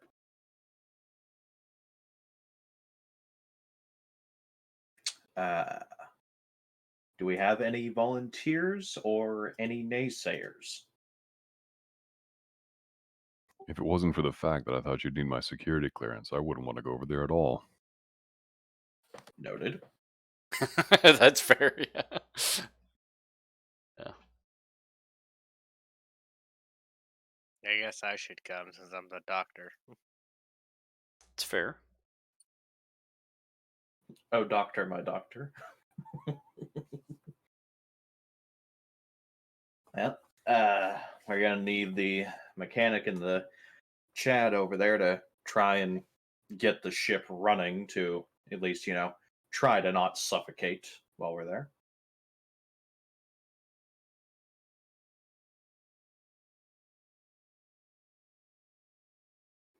So that's up to you, Mr. Wayland Utani representative. Do you want me on that ship? Because I think I can be of some use over there talking to their mother. I'm torn on that one, actually. The more people we have over there, the higher our chances of success, or so it seems. And again, correct me if I'm misreading this, Captain. but we should have at least, I would say, 2 people over here in case something goes wrong. What do you think? And again, this is your show. I'm just here to make sure it succeeds. Yeah, I'll be fine.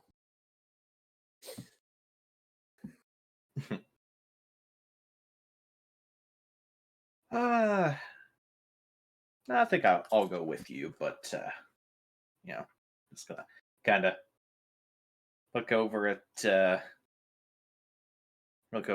at Leah there and just don't leave the bridge. We need you on comms. And I just give a nod, like, yeah. Like, I know what you're thinking. Exactly. I don't want you fucking ODing in the bathroom while we're on the other ship.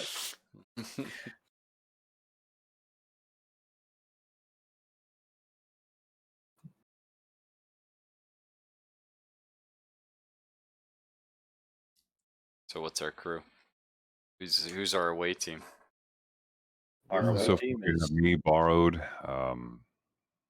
and we've also got basically I everybody know. except for Origami. Okay. Origami's the only one staying. Well, unless Fox has an objection and wants to stay.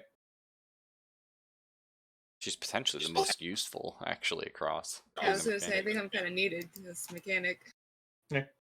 That's why I said, anybody volunteer or object. So, okay. All right. Well, let's go ahead and get a piloting roll and just Yep. see if we can make the connection. And then we'll need heavy machine. Nice. Okay. So Davis brings us up nice and close. We're aligned for the umbilical, and Cham and Rye are going to try and extend with heavy machinery. Who's got the better heavy machinery? I have 8. Okay, that's the one. And Rye, if you want, you don't have to, but you can assist in a role that you're also skilled in, and you help him do it, and he just gets a +1 dice. So it'd be a +1 modifier. Sure. Okay, so you can go ahead and roll that to see if the umbilical. So what are our totals? Christ. Oh my God, though, our Fucking dice. 9 fucking dice, and I get 1 6. Oh boy. Am I supposed to roll something too, or no? No, you're just helping him. Okay, so we're now suited up. Who has what for equipment? Borrowed. Everyone's got a suit. Your suit is airtight. It is not protective at all. I mean, it's going to protect you from like little bits of radiation and stuff like that, but mostly it's Space just dust. it's an atmosphere protection suit. You all have an air supply of 5, which you might want to note. Whatever that means. That means bad things. It means you can take 5 5 breaths in and out.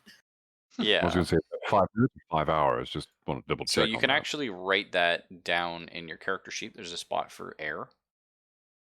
How air works in this game is once we get onto the next ship, every 2 basically you can make like you can move between rooms and sections of hallway. Every 2 times you move is a turn. That's what it's called. And we're all going to be going around and doing our thing. But once everyone's moved, everybody rolls supply. So if you have 5 air supply, you're going to roll 5 dice. And any ones, you lose an air supply for. So what you're saying is we're all gonna die? You're all going to die, yeah. Snacks and a Gatorade, nice. So basically, we have to have people run their shit for the engineering room. Yeah, engineering, get like the air scrubber would be good, and we also might want to secure the bridge. So we kind of have like 3 big areas we want to clear out. So three potential where groups. Where are we entering from? We're gonna be entering deck A. A deck. Yeah. I'll Oh, bring okay, I bring see. everyone there, and you're all coming in where those 2 little guys are. You can see those. Well, And let me extend this a little bit so it's a little. I don't know if that helps you any. Is this like an access console to Mother, or Yep. what's? Yeah, those symbols are consoles or terminals. You can talk to her. What's the one on the right then? The like 4 dots with a circle. That is a. Then Doorbell. Be right back. Oh, no problem. I don't think it's a doorbell, Zelphus.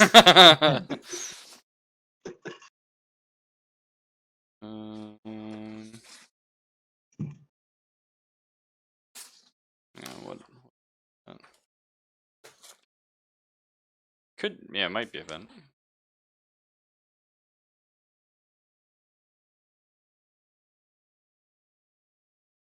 so okay, there's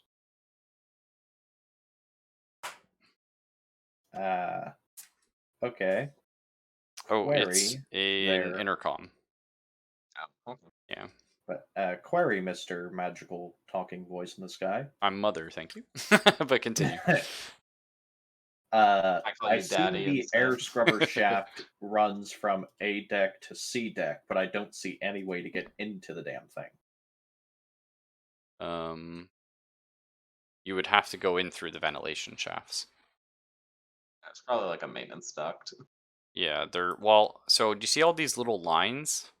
Mm-hmm. Those are the ventilation shafts, and the diamonds break up sections of it for movement purposes. Hmm. So like from here, you can only get to Cryo 1. Yes.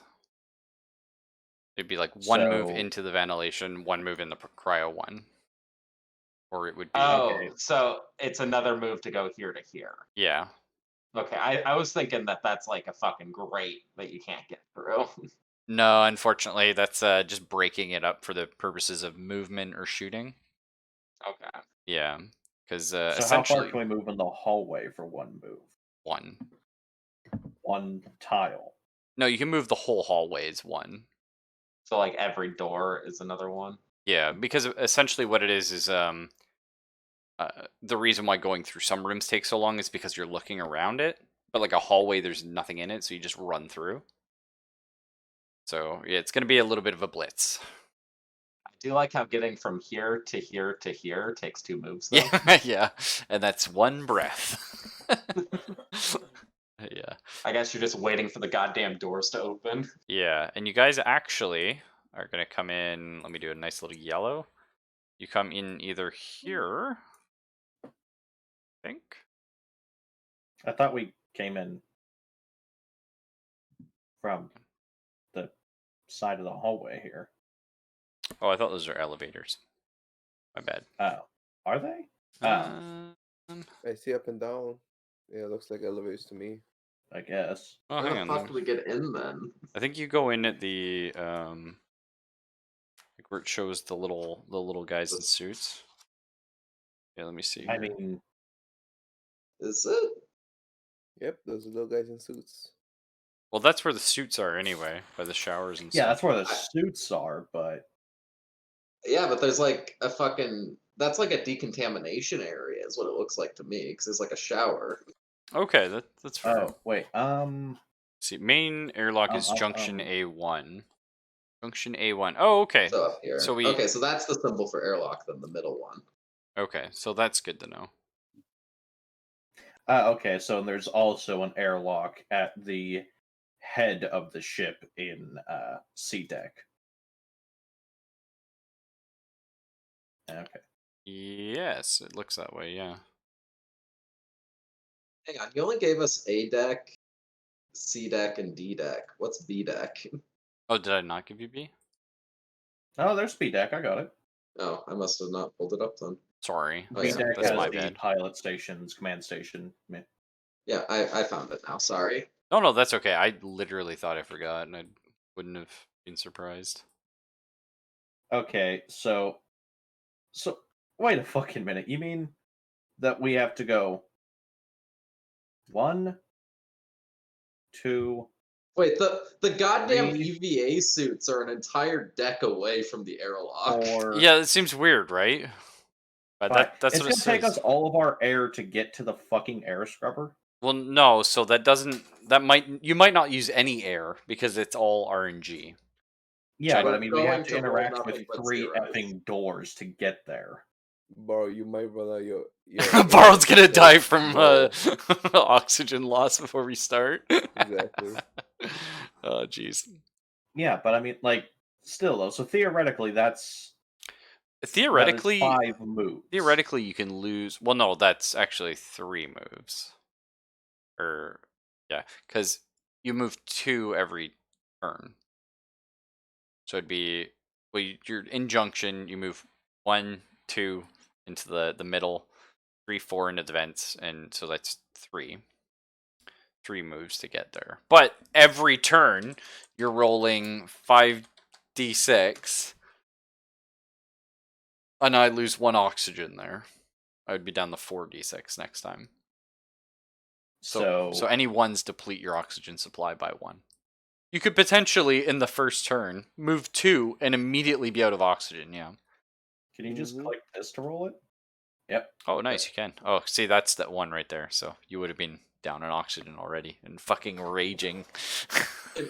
Can we bring like like the fucking O2 tanks that they hook up to people in hospitals? Can we just grab a couple of those and bring them with us?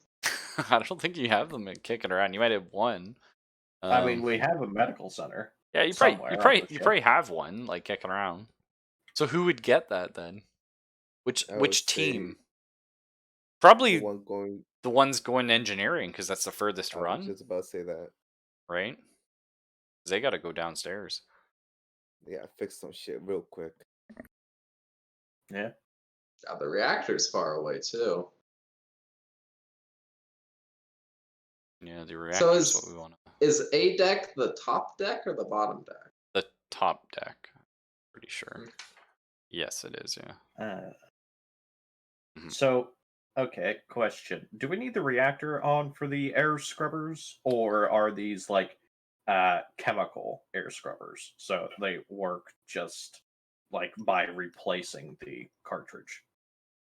They'd probably need the fans to be on to drive air into them. So basically what we have to do is air scrubbers need to be fixed, then turn the power on, hopefully not with people in the air scrubbers still, but that's fine.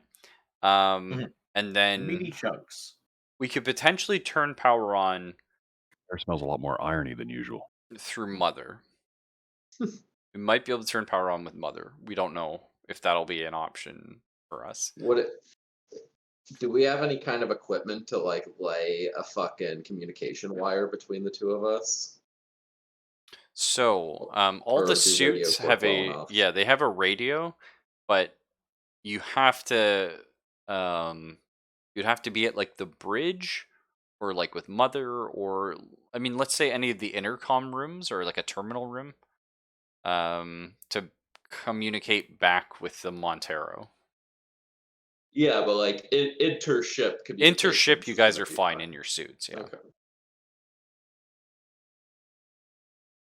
Unless your suit gets, fucked. Which won't happen, I'm sure. Yeah. But, So what are our groups? We can have 2 or 3 groups, depending. I think we just should. Well, if we have to do it in order of air scrubbers reactor, why don't we just all go to the air scrubbers and then all go to the reactor? Well, I mean, Zelphus and I could just go north from Junction to just directly talk to Mother, and then we could have the mechanic and the Chad go to air scrubbers and reactor. Okay. I don't know what the doctor would necessarily do. I guess chill with you guys at Well, he could go with the air scrubbers just in case anything goes wrong. Yeah. That is kind of like dangerous. Like he probably won't go in the shaft, but he'll wait there and be like, "Hey." Yeah, like because Wilson and I have to walk, 15 feet north. We're not gonna do very much. Yeah. You guys will be fine. All right. Well, that's game plan. Shall we enter the ship? Is Wilson back yet? Yes. Wilson's right here. I was just listening along at that last little section. Okay. So let's get all I'm your. gonna be like, Gonna be right back. no, I was going to say that I was probably gonna be looking out the space window and just checking up. You see these tiny little figures with tiny little lights going through the space, the umbilical cord. The space umbilical. I just realized Oregano might have been right when he said he looked out the window and saw a ship, and I was just like, "Stop fucking around." Yeah. I'm gonna have to owe him an apology when I get back to the ship. So, There's not enough room in here for all of us. Nope. oh yeah. So what's the equipment configuration? Who's got what? I've got a knife and some snacks. Okay. Really Right, professional. well- building operatives. Hey man, I'm the one who has to lift everything. I need my energy. Well, the flamer unit might be useful for cleaning the scrubber. 'Cause it is Is like the a flamer unit a close combat weapon or a ranged weapon? it's like a Yes. short range weapon, yeah. It does count as a ranged weapon for attacks, though. If that's what you're wondering. Okay. But it counts as mean- heavy machinery for like cleaning purposes, because that's what it was designed for. I'll give the like they can decide betwixt the two of them, but I'll give the engineer and the Chad the bolt gun and the incinerator. Okay. I'm gonna take the service pistol myself. Okay. You know what? Since she's gonna be going further in the ship, I could also give one of the two, engineer Chad, whatever, or I mean, hell, the medic for that matter, give them the motion tracker to see if we can find this supposed one life sign. Okay, that's chill. So just So- out of curiosity, did they stat Ripley in this? Because I feel like she would have very high stats in everything. Yeah, I don't think there's a Ripley. No, that would be kind of crazy. Ripley 5 in everything. Well, Mhm. Ripley fucking does everything. She literally does. Yeah, she is the pilot mechanic, but she's a pilot. Was her job was, but I mean, she yeah. can also use a loader though, so she has good strength. True. If she's And she used weapons out the Yahoo. She's amazing at survival and computers, so she has high wits. So Okay. 5 at everything plus 1 modifier for pilot. Got it. So what you're saying is she's OP?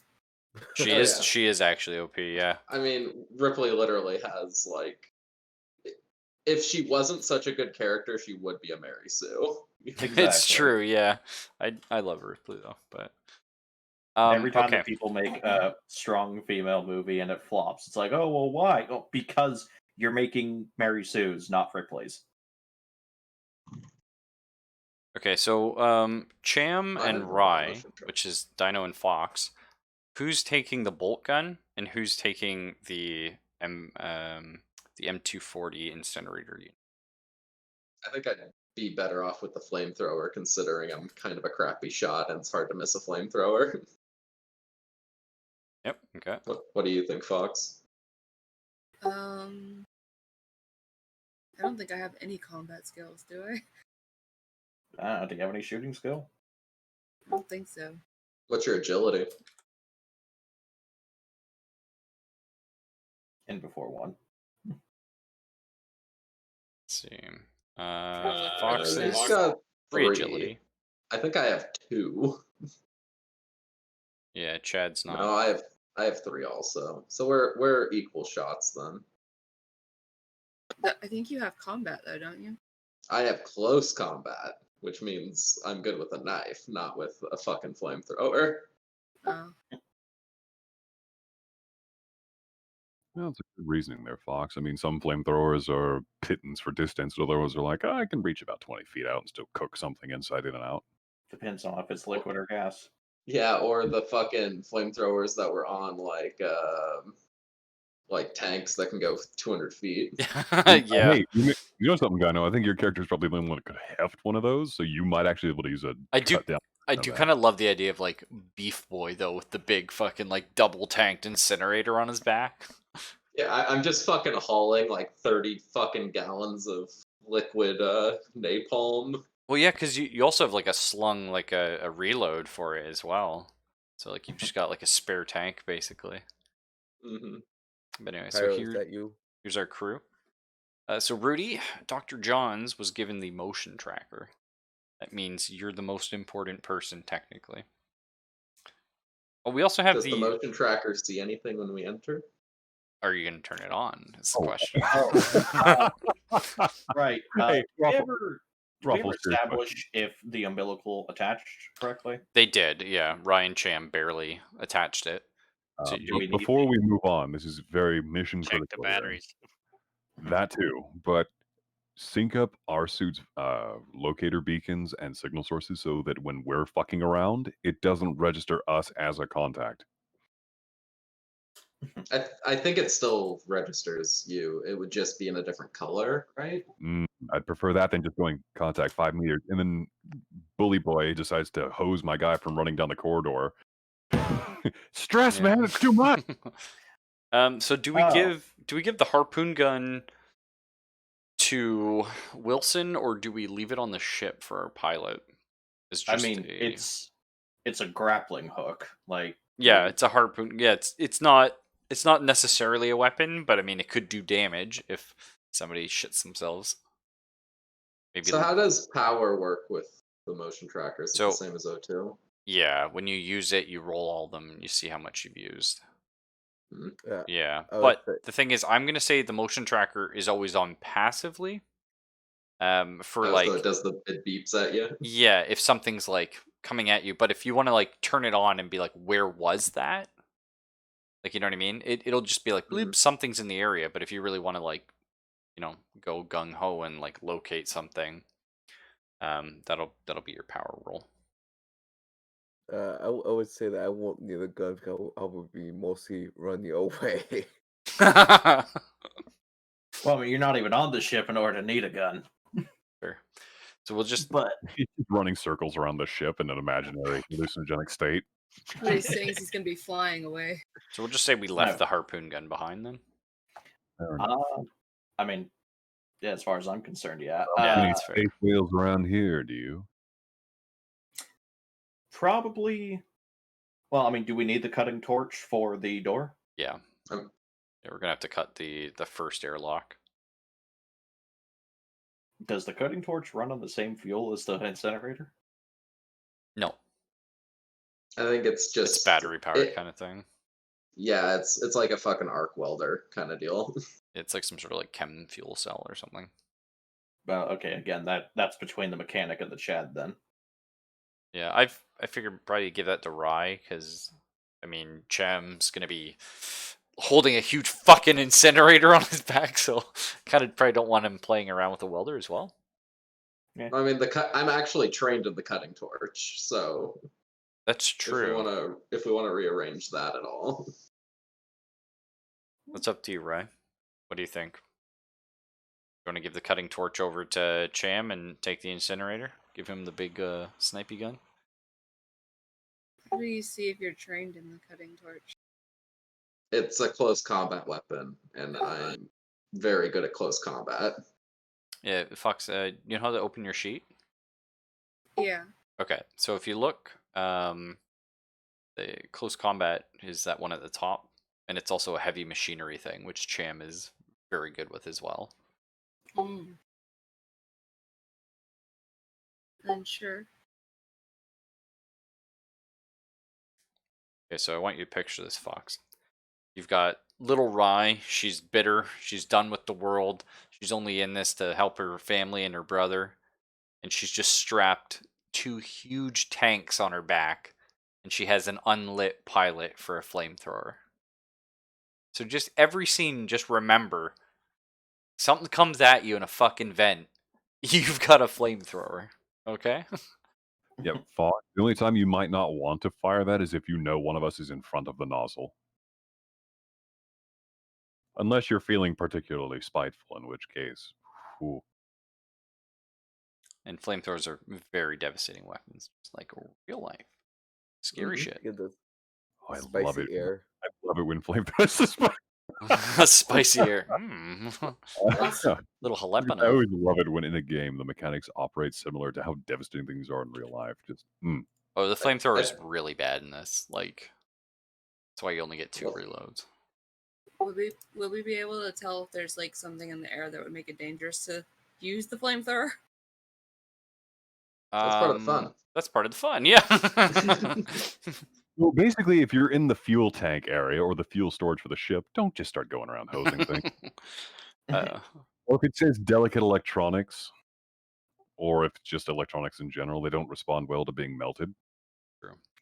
But never prioritize something that's not life-saving or important to the mission over, protecting yourself. Now, for example, if we're next to the, I don't know, good example being the mother room and you burn that out, mission critical failure, we're fucked. Don't do that. Mass Effect's critical failure.sfx. Sarin theme. So you guys are in front of a giant airlock here, and it's just fucked. It looks like something had there's a lot of damage to it from the inside. As if something had been trying to break its way through it. Damn, that would have solved the alien problem if it succeeded.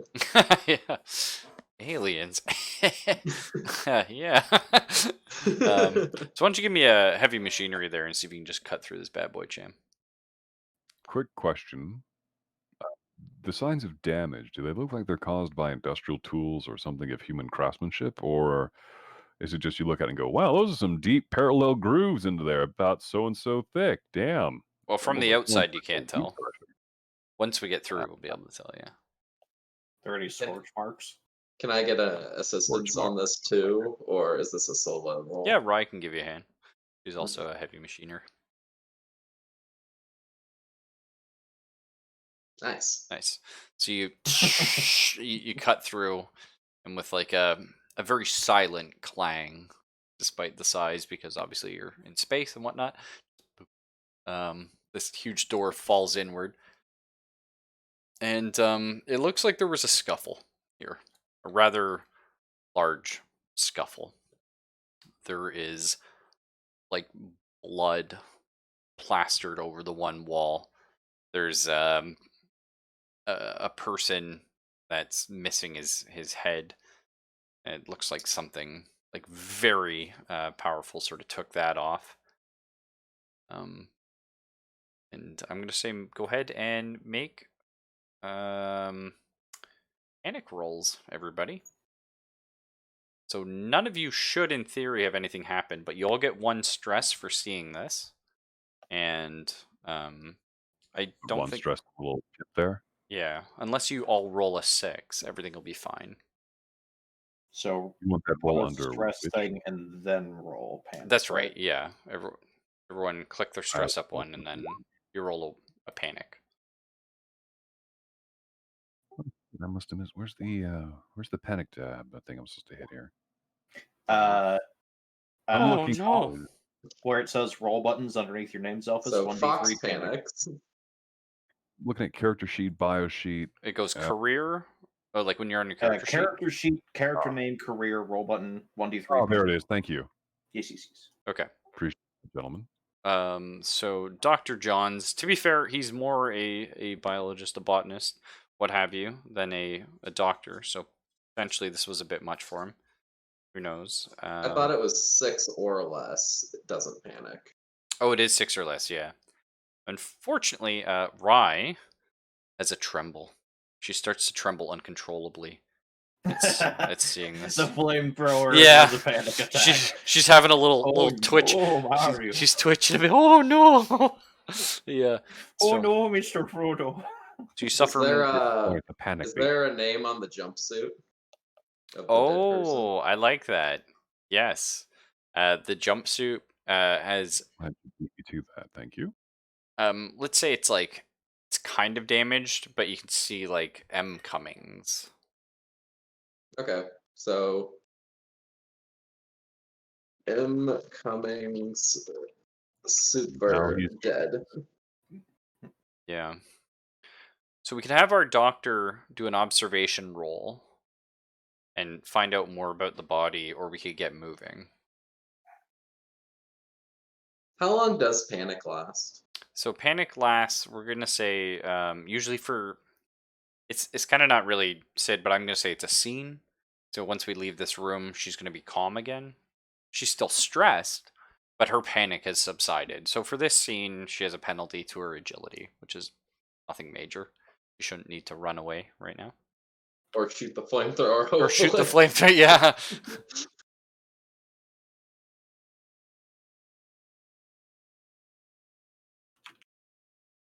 All right. Well, We're good to go. not much we can really do here, so I suggest we.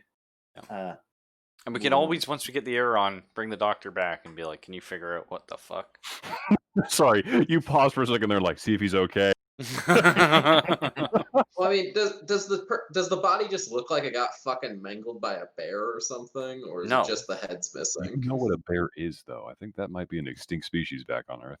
So, Space What bear. about space bears? Yeah, Bear's bear. a fucking space polar bear. I'll say if we have a first aid check, could probably like do a cursory guesstimate as to what it was. Is that just medical aid? Yeah, I thought it was called first aid. That's my bad. Nice. Perfect. Yeah. So if you had to guess, like a shotgun, maybe. Oof. Yeah. Okay. Because it looks like there's enough of like the neck and stuff that someone had just pointed a shotgun sort of at this person and blown the head right off. Well, that's actually more reassuring than not. No, that is actually probably the best thing you could have seen. Yeah. Yeah, Cham's gonna be like, well, I'm glad we brought weapons now because it looks like they turned on each other. Is there any weapon and Pirates. evidence that we could salvage, or is the weapon in question that might have been responsible for this missing? So if you Is there want a to, shell casing on the ground? okay. So if you want to search the body, you're gonna have to spend like your turn here, so everyone else will move on and leave the people searching. No, I'm fine with moving on to the main objectives. We can look around later, but oxygen and power are more important. Wouldn't you? Yeah, it's not like the body's gonna get up and walk away. Yeah. Okay. All right. So which way? I'm just wondering if I see like a big fucking red shell casing on the ground, considering this hallway should be mostly clear, right? I'll say yeah. You probably notice a shell casing. Yeah. Okay. It's kind of like under something, but it wasn't ejected overly close to him. Okay. Could have rolled. Who knows? And certainly things are a little fucky right now as the airlock is breached, but or it was recently. So we move on. So we'll do group 1 first. Who's gonna take the lead? Which Come on, Wilson. Would imagine that someone with a flamethrower would probably be a better choice for main taking. group? Well, there's the north door and the south door, and you guys are on the way north. Yep. So, who is going into Mother? The question. Mother will only accept one person at a time usually. She might be a little spicy today. Well, we'll see. Let's open the door and look inside first before I actually step in. Okay, so the door doesn't open like all the other doors are automatic. This door is just going like essentially. So Is this something I can pry open with a crowbar, or is this a like blast shielded door? This looks like one of the most armored doors you've seen, but it does have a keycard reader. of course it does. That's the silliest question. Does the chip that I have, my security card, is it the same shape and dimensions of It the reader? is. Or well, let's give this a try and see if it responds to the card. Boop. And the door and opens. And you hear like a little crappy synthesized welcome Wayland employee.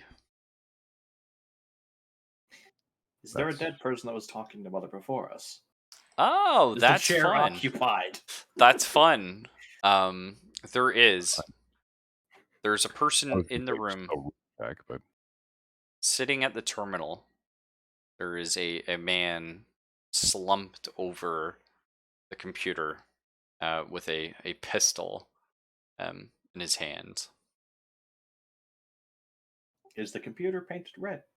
The computer's Is not. any part of the room painted red would be probably a better question. Fair. No. Is there anything in the room aside from the technical ironmongery of the room and the terminal and the body? No. The body In looks that to be case, quite old. let's see if we can get him lowered out of that chair at least a little bit respectfully while I take that pistol and pocket it. Okay. 'Cause I'm gonna leave that around. The pistol we're gonna say has like maybe like 3 rounds left in it, and in this game that doesn't matter because you only roll after you only roll if you panic. 3 rounds or 5? Uh, doesn't matter. We'll say it's basically got like a single magazine though. It's like half empty. All right. So Um, what kind of? Do you want to give me stats for it, or just a pistol? It's the same service pistol that Borrowed has, the M4A3. Now Borrow can have 2 pistols. Yeah, the M4A3. I can dual wield with my one shooting. Yeah. Any sign of how he died? A quick once over without like an observation Without or a the medical whole thing, check. okay. You can Yeah, make like, is either there of a those. hole in him? No. It looks like he died of like Of- in pain. He died in pain. But just from like his expression and the way he's like clinging onto the desk, that's about it. So And he's- otherwise, it's a completely intact body. Yeah. I'm specifically looking for cuts, bruises, anything that anyone would know, like, oh, that's fucked up, as opposed to something like, tears in the retina or anything weird like that. So he probably died of asphyxiation? That's what I'm thinking. That's what you could both assume. Put you in this room, sorry. So we got that. Okay. So what do you guys want to interact with? Well, I got to slot in the chip, and I'd like to get a diagnostic on the ship itself, actually. Okay. Basically just like it comes online and says power critical, life support critical, reactor offline, air scrubbers damaged. Reactor offline, systems offline, Yeah. all sensors offline. How's the fuel storage tanks looking? Fuel, good. Feels good. Yeah. So in theory, you can get the fuel to the reactor and get the reactor pumping again, get power. Oh, that's not all bad. Let's go get a breakdown diagnostic on the systems that are currently offline, just to see how the oxygen, power feeds, etc., are working. Engines as well. So it basically spits out your critical thing is you need your air scrubbers working. They seem to be mechanically jammed. Is there And any structural differences or design differences between our ships and the Kronos for the way that the components are built up? Because I want to give, if our engineer needs it, okay. I'd rather give them an updated schematic on this ship rather because it's older. Hmm. So in theory, you should be able, as a professional, to kind of backwards engineer it, unless it's super fucking old, and then you're kind of going like, "Well, I can't make this again without a blueprint." Sort of like the Saturn launchers. Anyway, No. I'd like to get something like that printed out and give it to our technical staff.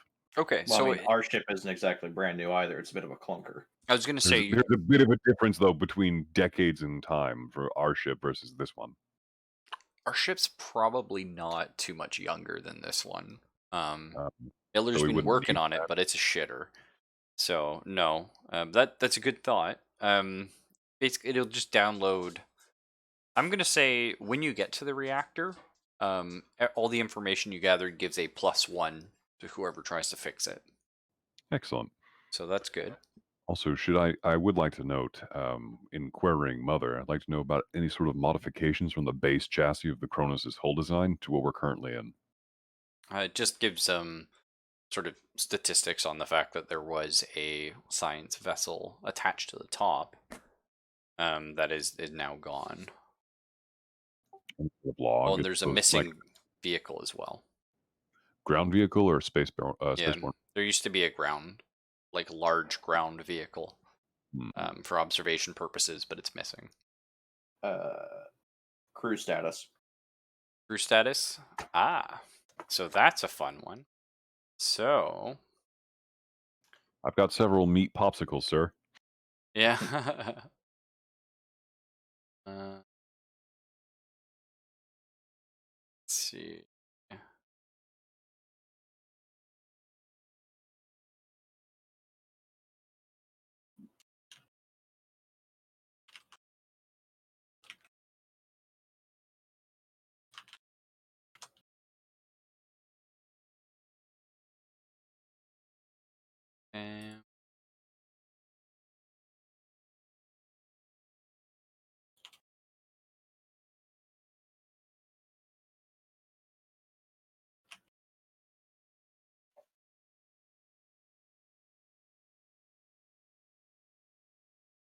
And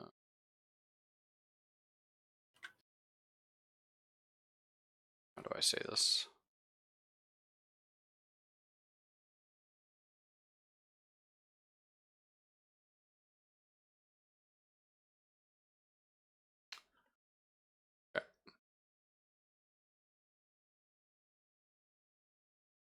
All right, that's a surprise.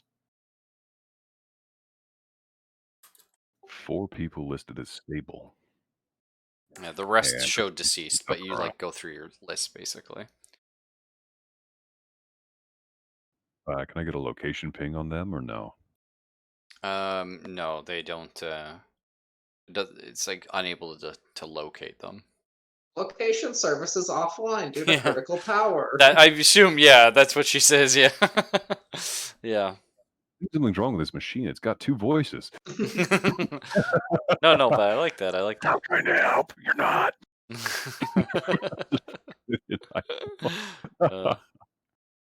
It's actually, Uh, according to this scenario, Mother's supposed to talk to you, but I don't remember her ever talking alien. And I like the idea of you going to a terminal and getting readouts a little more. I think that's more like dirty future, like I feel Alien is. You know what I mean? Yeah, I think like in Alien Isolation, the computer talks to you, right? Somebody does. Is that the computer though? Because I don't think Mother does. I think one of the AIs does or something. Hmm. Because I remember going in the room with Mother and it like prints out. I don't know. It's okay. I think it's fine just getting stuff from terminals, but especially because this is like before Aliens and stuff, and Yeah. it's what it is though. I think this is set about the same time as Alien Isolation, right? Because Alien Isolation was after Alien, but before Aliens, because Ripley's still Oh right, it's missing. Ripley's daughter, isn't it? Yeah, it's Ripley's daughter trying to figure out what happened to Ripley, but Ripley's still missing. But I thought That's Russell true. said this took place even before Alien. Yes, this is before Alien. Yeah, I think. I thought you said this was after Alien and before Aliens. Yes, I think that's right because I forget when Alien takes place, but I think it's like a long time ago. Not like a long time, but I think that's right. Alien was in the 22s. No, because I think No? I want to say Aliens is 2179. Nostromo lands on the planet in 2122. Okay, and this is like 2171 or 75. So 75, Ripley thanks. shows up in 4 years. She gets rescued in 4 years.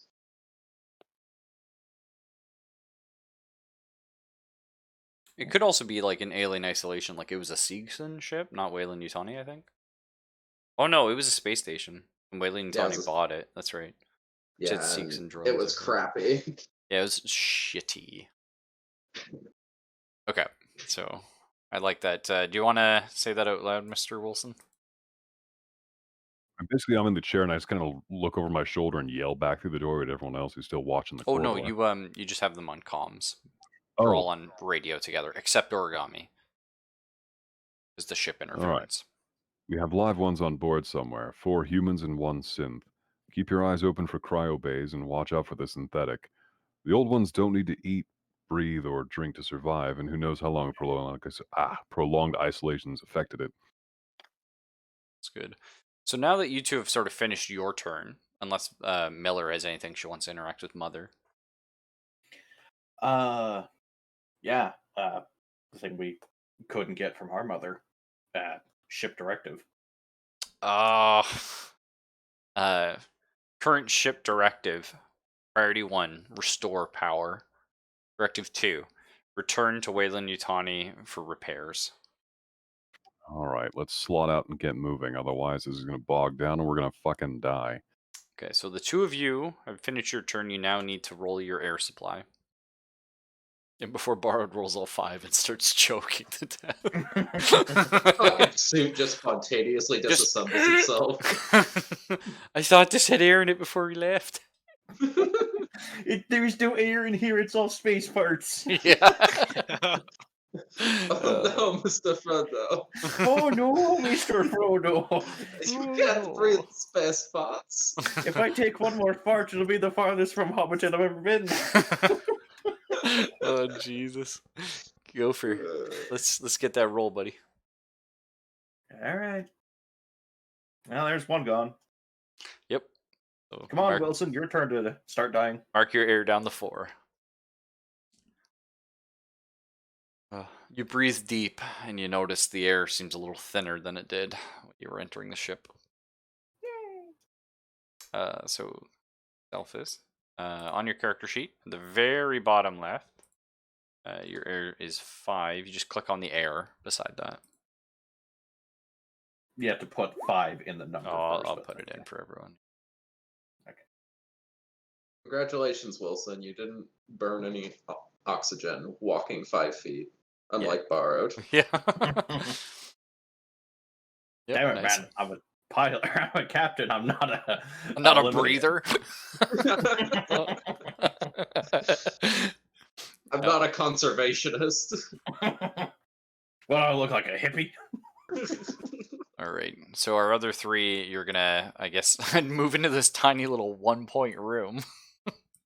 There's always more air in the ship.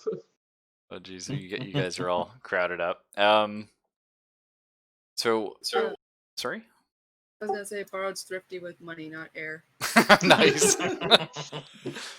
So while you He just guys has are some fucking canned Perrier from Spaceballs. Oh yeah, nice.